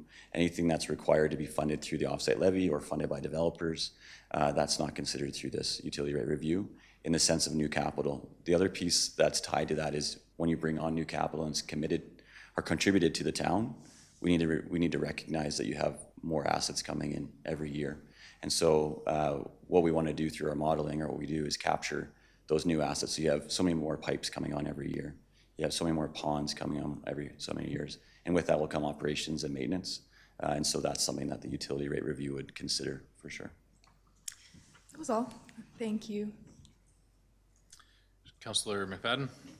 Yes, thank you. Gentlemen, great presentation. I can say, if somebody wanted to know the last time we did something like this, in my 18 years, never. So well done. I actually really do appreciate it. It's great that we are looking so strategically and deliberately at this core service. So I really do appreciate that. To the question of, do your draft priorities resonate? They certainly do. I was the first one, as I was jotting down my notes here, the public understanding, because I always get two questions all the time that I would love the community to be able to understand a little bit more inherently is, hey, I was away for a month. Why am I still paying utilities? That's ridiculous. And to help the community, I just understand that you're also paying, for the infrastructure to keep functioning and that ongoing investment. But to help with that, understanding would be great. And then I think often there's a disconnect between, my water cost was this, and then my sewer cost was this, and they don't line up. And I've never been able to articulate that answer either. So as we're working through kind of the public understanding one, if we could start building in some of the answers to those standard questions that never quite get fully understood in the community. And they'll always come back, I understand that. Some of the ones that really resonated with me on your priority side here was, certainly the cost recovery. We've operated with that model, and you've done an excellent job the last number of years of articulating that, so much appreciated. Planning for the future, so that sustainability piece. And then I think what I'd really be interested in us looking at is, a stabilization reserve, to start building that into how we look ahead. So those were the ones that resonated with me, but all of these I wouldn't disagree with any of these priorities. Those are just the ones that resonated most highly. And again, I also want to always know, where do we compare but as it was cautioned, I don't think that should be the primary driver in how we decide where our rates should fall. It's, is this the right amount of investment this year to make sure that we have an affordable, ongoing, sustainable service? So always hedging the bets on those. You know, just a quick review here. I mean, tax-wise, Cochrane always falls, I think, the bottom lower third of our comparables. So I think our tax rates are the same as Airdrie and Calgary, with much higher industrial bases. Our utility rates, again, either fall in the lower third of all of our comparables. So while I always want to be aware of those things as a flag, it's projects like this that is really going to help Cochrane maintain that long-term tax advantage and to remain an affordable place. And I think that's something we have to help in our messaging, is understanding that we do continue to be lower taxed and lower utility rates than a lot of our comparables, and just to keep sharing that story. So again, I just keep leaning back onto your transparency and public understanding pieces. So yeah, no questions. I just wanted to share my thoughts on the draft priorities. Thank you. Councillor McDonald. Thank you. That was so detailed and interesting. I support the priorities you've identified. Standout for me is public understanding, but I don't think we're being asked to narrow it. I like all of them. Public understanding stands out because I think as residents, we're so separate from this very, very critical resource that we require every single day. And so it's great to have that understanding available to anyone who comes seeking it, I suppose. My question for you kind of piggybacks on what's already been asked. I was wondering when the last time we did this was, and then my next question in that is, what triggered it now? Is it upcoming volatility? Is it the town having an increased priority on financial planning and readiness? Is it infrastructure crisis? What triggered this study? Through the chair to Councillor McDonald. There wasn't any emergency or instability that created this. Utility rate reviews are best practice. And so it's something that we want to pick up and do to make sure that we're charging our customers fairly, equitably. Yeah. Okay, Yeah. so it's something new we're incorporating on a regular basis because it is the right thing to do. Yes. Okay. Yep, that's it for me. Yeah, I think it's really excellent that we're doing this, and of course it is topical because Calgary has been experiencing their challenges over the last, well, a lot this past year, but even before that as well. I'm hoping that this can be the sort of, the new standard that we apply across all of our capital and services. As we roll this out, is the plan to kind of learn from this and then apply it broadly across all of our capital needs in the way we're assessing this? To the chair, perhaps I'll pass that question over to Mr. Hubble. That one's a little out of my power and control, but I hope the answer is yes. To the mayor, in short answer, yes. We'll start with the utilities, and the utilities specifically that Mr. Tooth identified, but this also transcends to our financial framework. This is the type of detail and professional approach that we intend to bring to council throughout all of our important and essential services that we provide. Okay, great.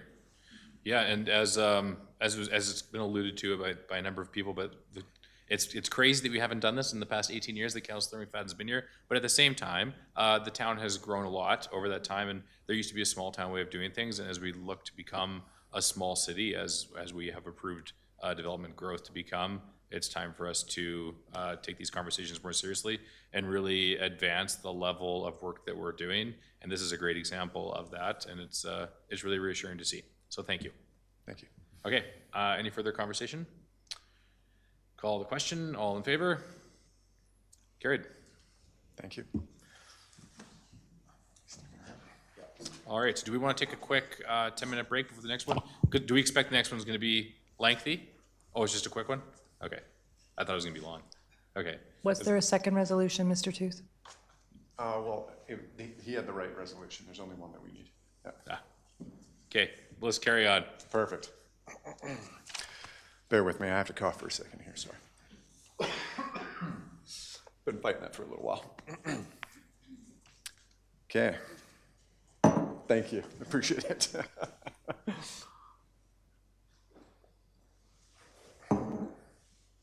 All right. Tonight, I'm presenting a brief update on the CHRC Wastewater Servicing Initiative. Many of you will remember the discussions on this project over the past year, during Committee of the Whole in June last year, and again during budget deliberations.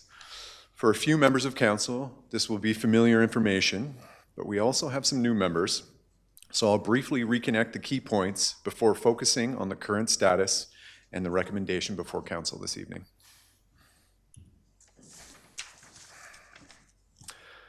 The purpose of this presentation is to update Council on the status of the CHRC Wastewater Initiative. Over the past year, administration has continued technical work, regional collaboration, and financial planning related to the future wastewater pipeline servicing strategy. Tonight, I'll briefly walk through the current technical status of the project, highlight progress with our regional partners, outline the financial implications identified so far, and then conclude with administration's recommended next step. The CHRC initiative, which started in 2023, is a regional collaboration between the town of Cochrane, Rocky View County, the city of Calgary, and the Harmony franchise area to explore and advance a coordinated wastewater servicing strategy for the rapidly growing communities west and northwest of Calgary. Established through a joint working group and supported by funding from Alberta's Community Partnership Grant, the initiative evaluated options for accommodating long-term regional growth while maximizing the use of existing infrastructure, protecting the environment, and strengthening intermunicipal cooperation. Technical analysis identified a preferred sub-regional approach that uses and expands Cochrane's existing wastewater disposal system, allowing wastewater from surrounding areas, such as the Harmony franchise area, to connect into Cochrane's system and ultimately convey flows to Calgary for treatment. The goal of this continued collaboration is to ensure that wastewater infrastructure across the region is planned in a coordinated way so that growth can be supported while maintaining system reliability and financial sustainability. Through updated master planning, flow monitoring data, and detailed engineering analysis, administration has identified a potential interim servicing approach. That approach would allow the Harmony franchise area to connect to Cochrane's existing pipeline infrastructure. If confirmed through final flow projections, this could allow the town to defer full pipeline twinning by approximately 5 to 7 years. This potential deferral is significant because it would allow infrastructure investment to be more closely aligned with regional growth and grant funding opportunities.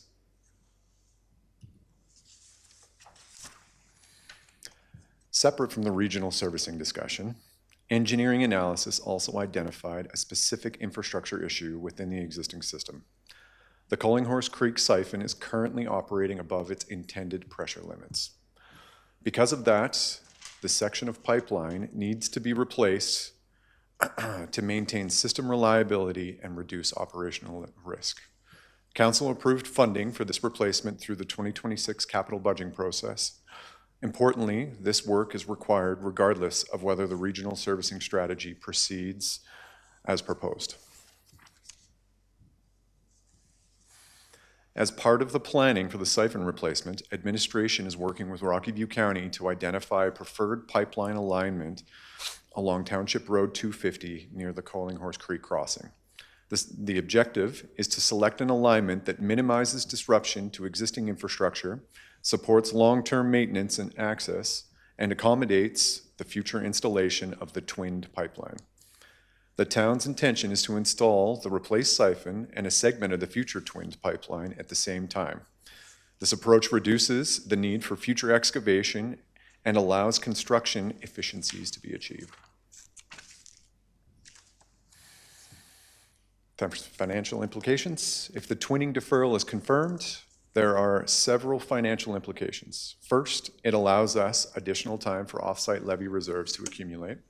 Second, it reduces near-term borrowing requirements and improves the town's debt capacity flexibility. Third, it provides a better opportunity to align the project with potential provincial or federal grant programs. Please note the siphon replacement remains a required capital investment independent of any regional servicing decision. Okay, administration is requesting council's direction this evening to continue technical planning, regional collaboration, and intermunicipal negotiations that are currently underway. While council has previously expressed support for this work through in-camera discussions, this motion provides formal public direction to allow administration to continue advancing the initiative. As the remaining technical work and regional discussions progress, administration will return to council with further recommendations related to long-term servicing and capital planning. That concludes my presentation. I welcome any questions council may have, and thank you for your time. Okay. Can I get a motion? Council? Councilor McFadden? I will move the recommended option. Do I need to read it out?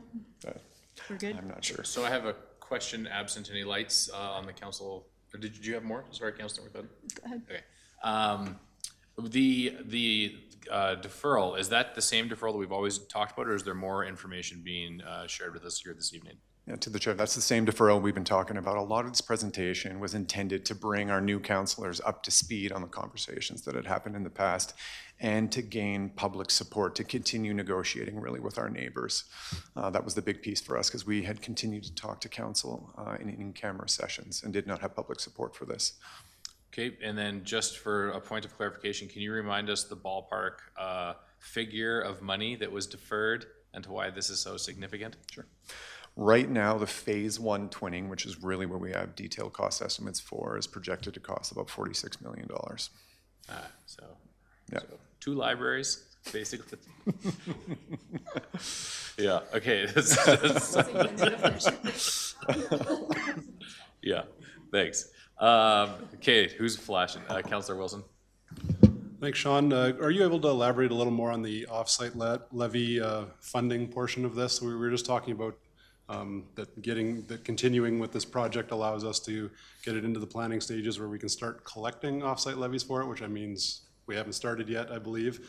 And obviously, every bit of this need, it should be 100% offsite levy collected by my mind because it's simply addressing new growth in Cochrane. Does that sound about right? And is there any update on when we can start collecting offsite levies for this very expensive multi-library level project? Through the chair to Councillor Wilson, we have already started collecting offsite levies for this. We have for years now. Chris can confirm that if he'd like to.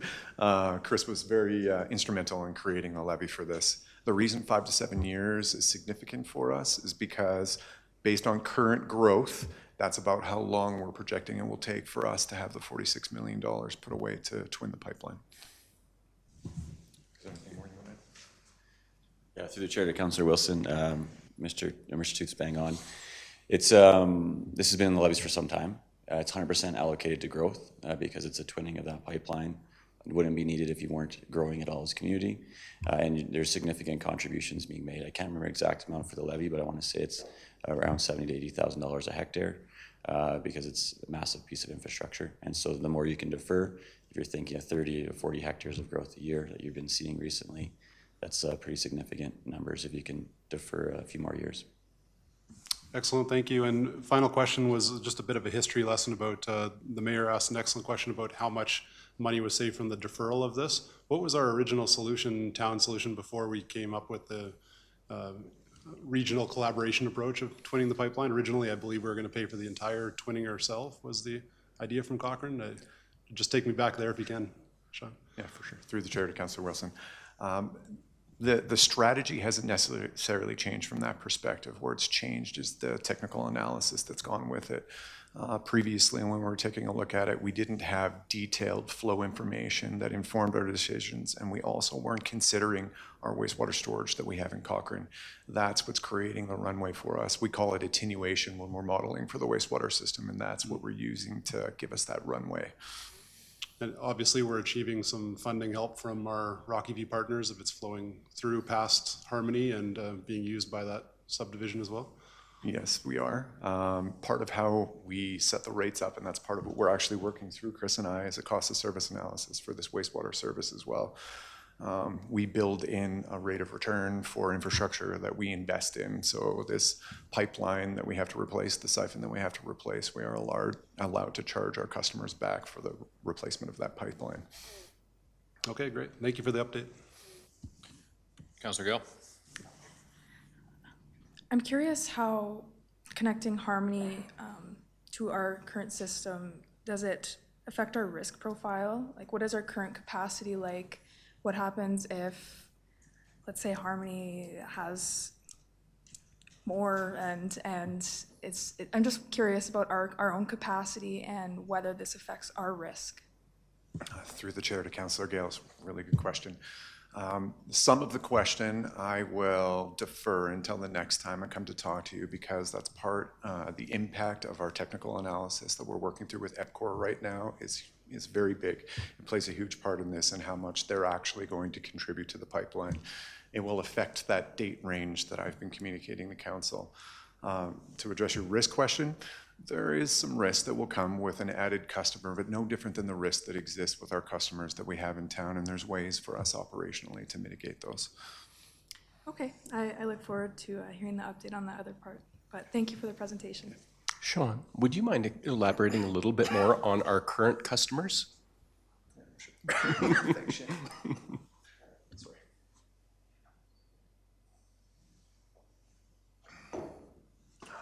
Sorry, can I seek some clarity? When you mean current customers, do you mean our customers inside our boundaries or our customers outside External, our boundaries? please. Okay.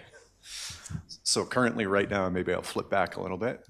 The reason I included this slide is to provide a overall system view of who we're serving right now. So you'll note that Cochrane Lakes is actually highlighted on the map because their wastewater flows through Cochrane and we convey their wastewater to Calgary for treatment. So they're considered a customer for us. And as we look to connect the Harmony franchise area, which is the green, brown, and the little red area down at the bottom there, they will be another customer for us as well.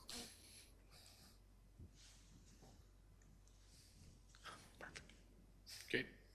Councillor McFadden? Thanks again.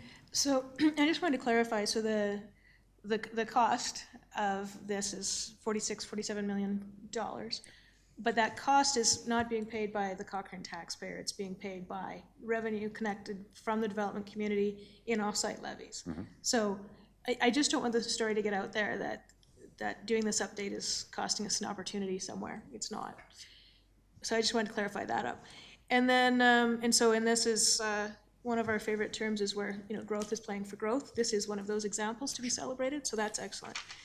My question was kind of more on the I don't know how technical this is, but you'd identified that one of the need to fix this is the Horse Creek siphon is overpressurized. Can you speak to, how does that come about? What does that mean? Is that something that just happens to pipelines, or is that something that we did? Tell me that story. Through the chair to Councillor McFadden, that's a little bit more of an awkward one. I would call that an error, very openly. When they designed the pipeline, they chose the wrong pipe material for the pressures that siphon is experiencing, and that came to light as we were doing analysis to try and figure out what was necessary to twin the pipeline through there. So we're looking at the record drawing, seeing what the pipe material was. That's what identified the issue. Okay, yeah. And then what year was that done, do you know?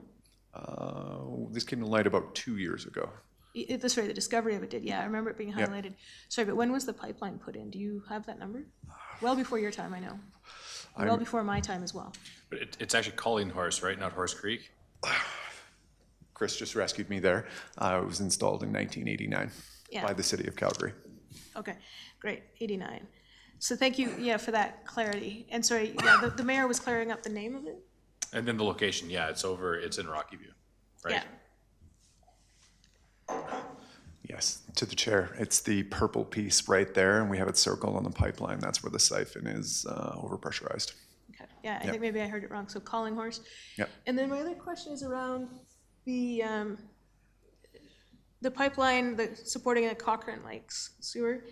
So, obviously we've got some initial growth going on there. There's going to be a lot more growth coming from Rocky View County there. I assume Rocky View County paid for that pipeline, and then we make revenue off of transporting it through Can you speak to that revenue, please? Yeah, through the chair to Councilor McFadden. So that's part of the cost of service analysis that we go through to make sure that we are fully recovering what they cost us to deliver the service to them. But right now, Rocky View County is allocated 48 liters a second for the Cochrane Lake subdivision. And they are not fully utilizing that 48 liters a second. There's a lot of room for growth there, a considerable amount. Okay. Yeah. Excellent. Yeah, well, thank you very much for the update. Much appreciated. Councillor Federico? Thanks for the update. I'm glad this is kind of coming more into the public realm as we go. One quick question. The $46 to $48 million project, is that considered the value 5 to 7 years from now? Or are we talking the value now? Because that number is going to be drastically different when we need to do the work that's pushed down the line. So while, you know, saves us the two library story or two library situation, you know, at the end of the day, this work has to be done. And do we have any projected amount of what this could possibly look like in that 5 to 7 year? Is it too early to kind of predict that? Could we project that? We could project that.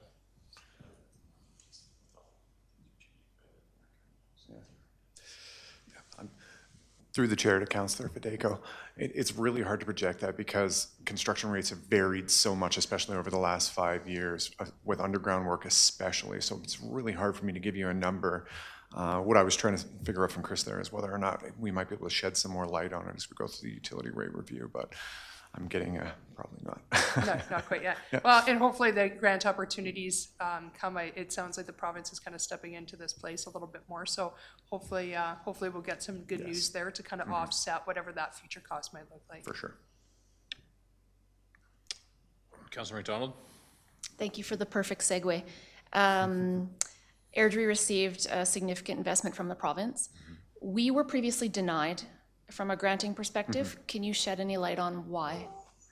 Through the chair to Councillor McDonald, we applied for the Alberta Municipal Water and Wastewater Partnership Grant. I think it was about in the range of about $9 million we applied for. Unfortunately, we were turned down for that. We didn't meet the criteria as well as some of the other grant applicants. To speak to Airdrie's opportunity, it didn't actually come from a specific grant. That was a capital line item that was awarded from the province through some strong advocacy from Airdrie and their developers. Yeah. Okay. Does that answer your question? Yeah, it Yes. does. I was curious about why the grant would have gone sideways, but if just stronger applicants? Stronger applicants beat us out. Yeah. Shoot. Yeah. Okay. But if I'm understanding correctly, we're not going to be relying on grants because it's all going to be offsite levy funded? To the chair, yes, well, this could be offsite levy funded, but we really do want to try and achieve some grant money here. It's better for our community. It's better for the cost of building a home. Everybody wins. So we will continue to advocate for that. And we'll update our offsite levy as time goes on to account for inflationary factors driving up the cost of construction, as Councillor Federico pointed out. Yes. Yep. But then the point of interest for us, even though it's all offsite levy captured, is because we only have so much borrowing capacity, and we could not borrow for this and also pay for our other facilities. And by delaying it, we're freeing up debt limit to fund their other priorities. That's the benefit. That is the big win here, for sure. Okay, Yes. perfect. So great work. Thank you. Thank you. To you and your team. Anything else? Got it all captured? All right, call the question. All in favor? Carried. Thank you. All righty. I believe that takes us into notices of motion, and we do have one. Councillor Wilson. Okay, I have a notice of motion in front of me. It's not my notice of motion, but Councillor Singh couldn't be here tonight, and he handed me a piece of paper to read for him. So I'll read it into the record, and we'll do our debating about it at an upcoming council session, I believe, the next meeting, if I understand the rules. Notice of motion for a seasonal patio pilot. Recommended action that council direct administration to explore the reintroduction of a seasonal patio expansion program similar to previous years with appropriate restrictions to maintain safe pedestrian passage and with consideration for streamlined approvals and clear operational guidelines, and report back to council with options for time-limited pilot for the 2026 season by April 30th, 2026. And so there's an executive summary here. I don't know if we want me to read that all right now. That maybe that's better for Councillor Singh to do as we debate the merits of it at our next meeting. But with the April 30th timeline to come back to council. It's good that we get it read in tonight and can talk about it next meeting. We can probably wait until it comes back if I'm, yeah. Okay. Okay. There is no discussion at this point, so that is just the notice that the motion will be coming forward. It'll be from Councillor Singh, if I'm understanding the process works okay. All right, so that's it. Anything else? Seeing none, leads me into Mayor's report. I have a written one.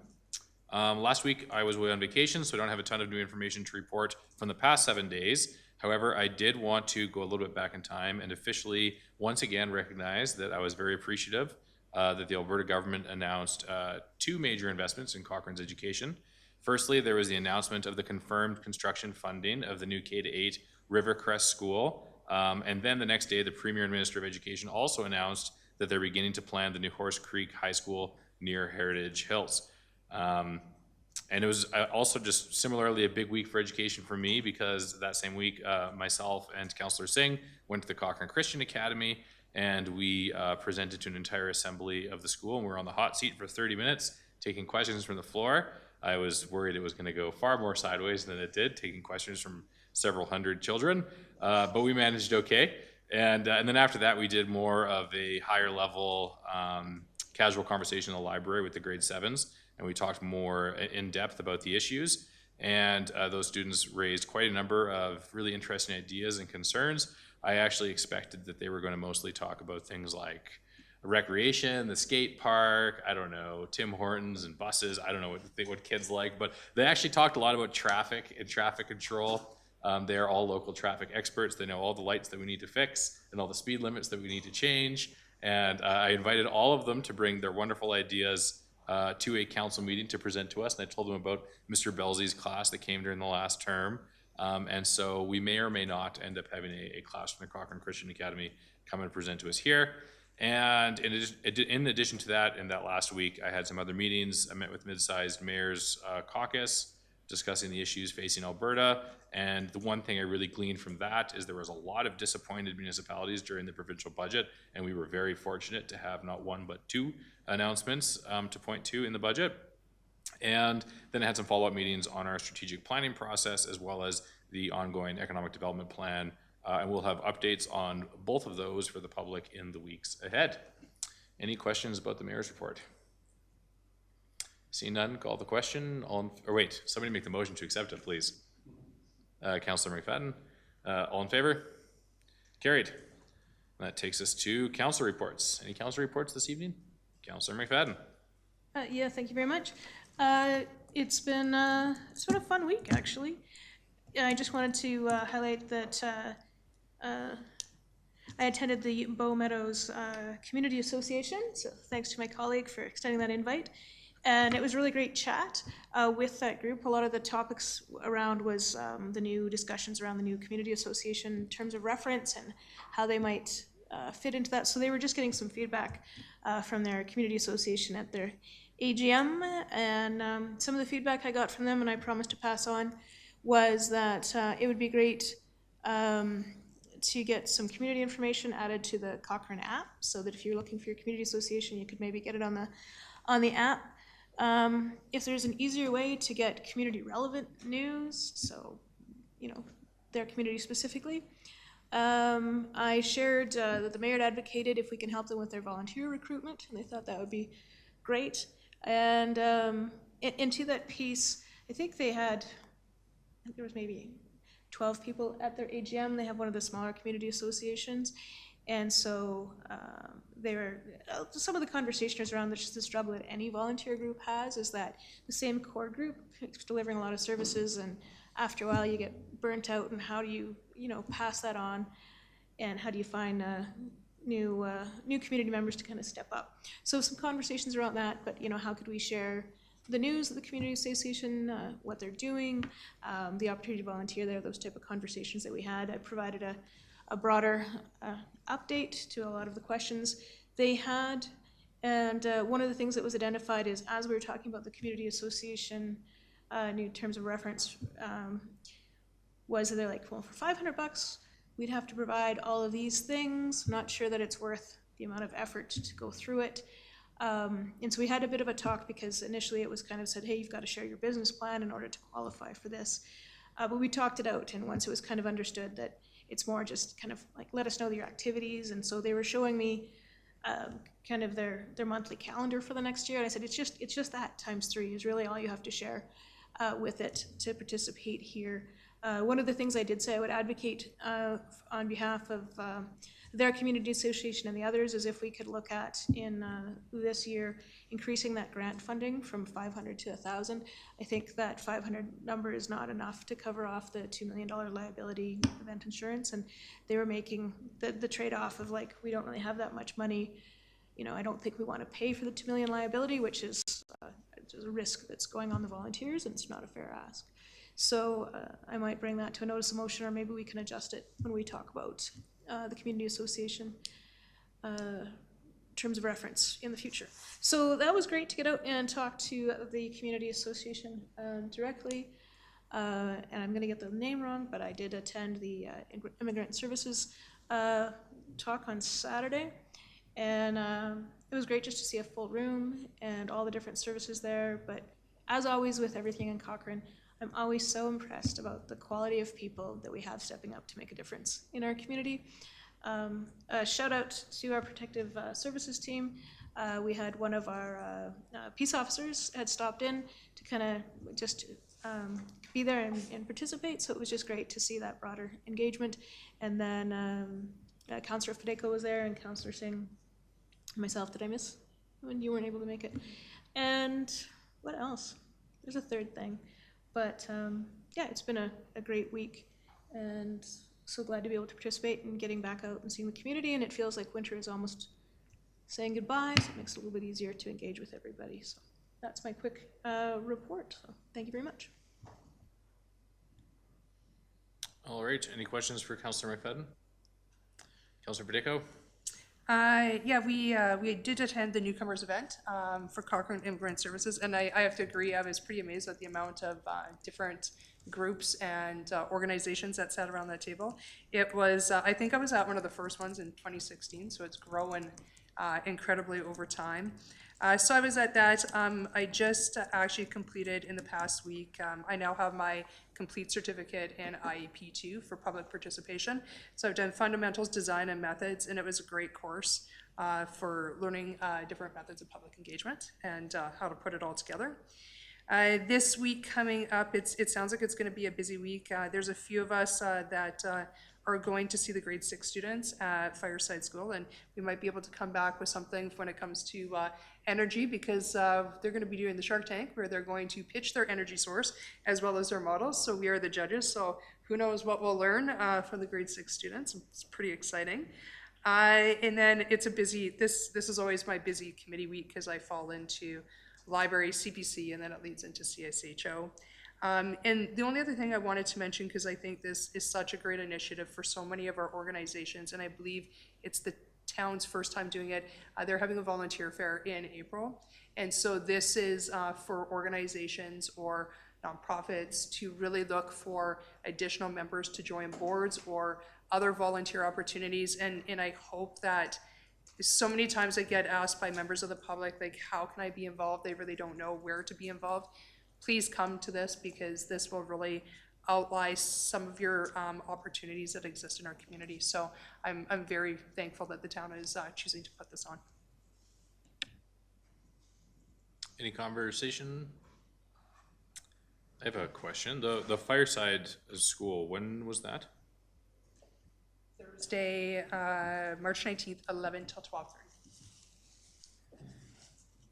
Oh, I've got a conflict with Glenbow at the same time. Okay, that's why it's not me. Okay, perfect.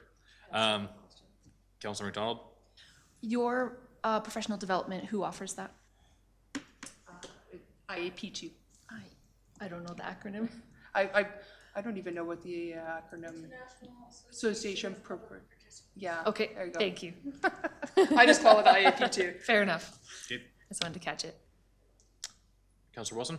Just one update from me. Our first policing committee, or at least the first one I have attended, was on March 12th at the new Cochrane Police Station.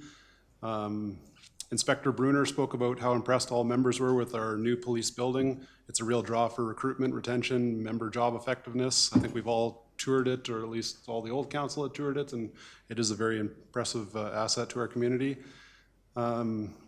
So the committee went through, RCMP detachments are now transitioning to a new communications priority plan, informed in part by our committee, the Cochrane Policing Committee, I believe is the CPMC. The CPP plan is a performance plan that we're to do annually each April. It's to develop and direct a yearly plan to the officer in charge representing the interests and concerns of the public at large. Members of the public can contact the committee by emailing policingcommittee@cochrane.ca. This year's CPP, 3 concerns issued, and it seems like they're less from the committee as we've only had 2 meetings and more from internal RCMP identifying topics are domestic violence, fraud, mental health, addictions, with a side note of traffic always being a priority directly from the inspector.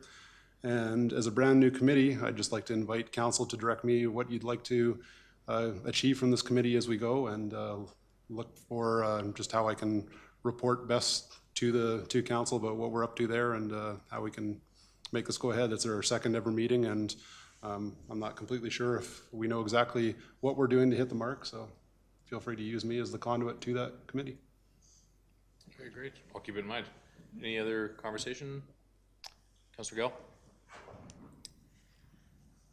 So over the past few weeks, I have attended and participated in various events in the community.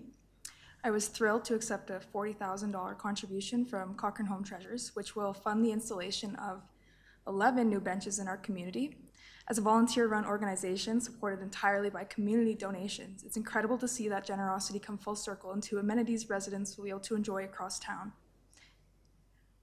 The nice thing about that too, I just want to mention, is that it's not necessarily going to be in the nice places like where the memorial benches go. When they tend to get memorial benches, it kind of goes into a riverfront place or something more scenic. So these benches will be in convenient places that aren't necessarily so beautiful. So I'm looking forward to that.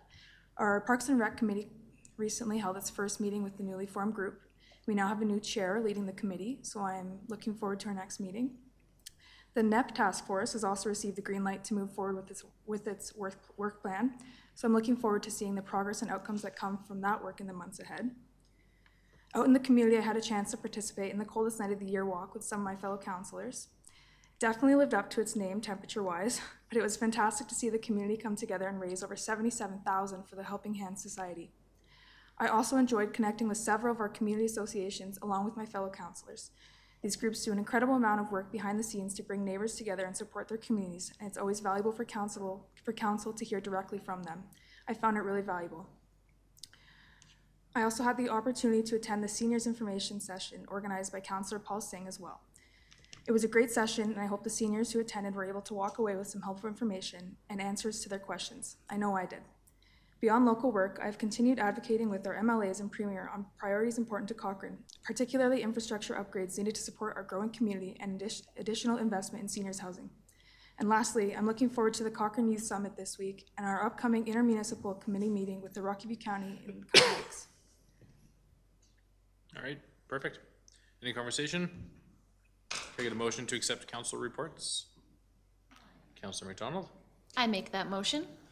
All in favor? Carried. And we do have a closed session. Can somebody make the motion for us to go in camera? Councillor McFadden? Councillor McFadden. Gabe, all in favor? Carried. Thank you very much. And I believe there may be a motion arising coming out of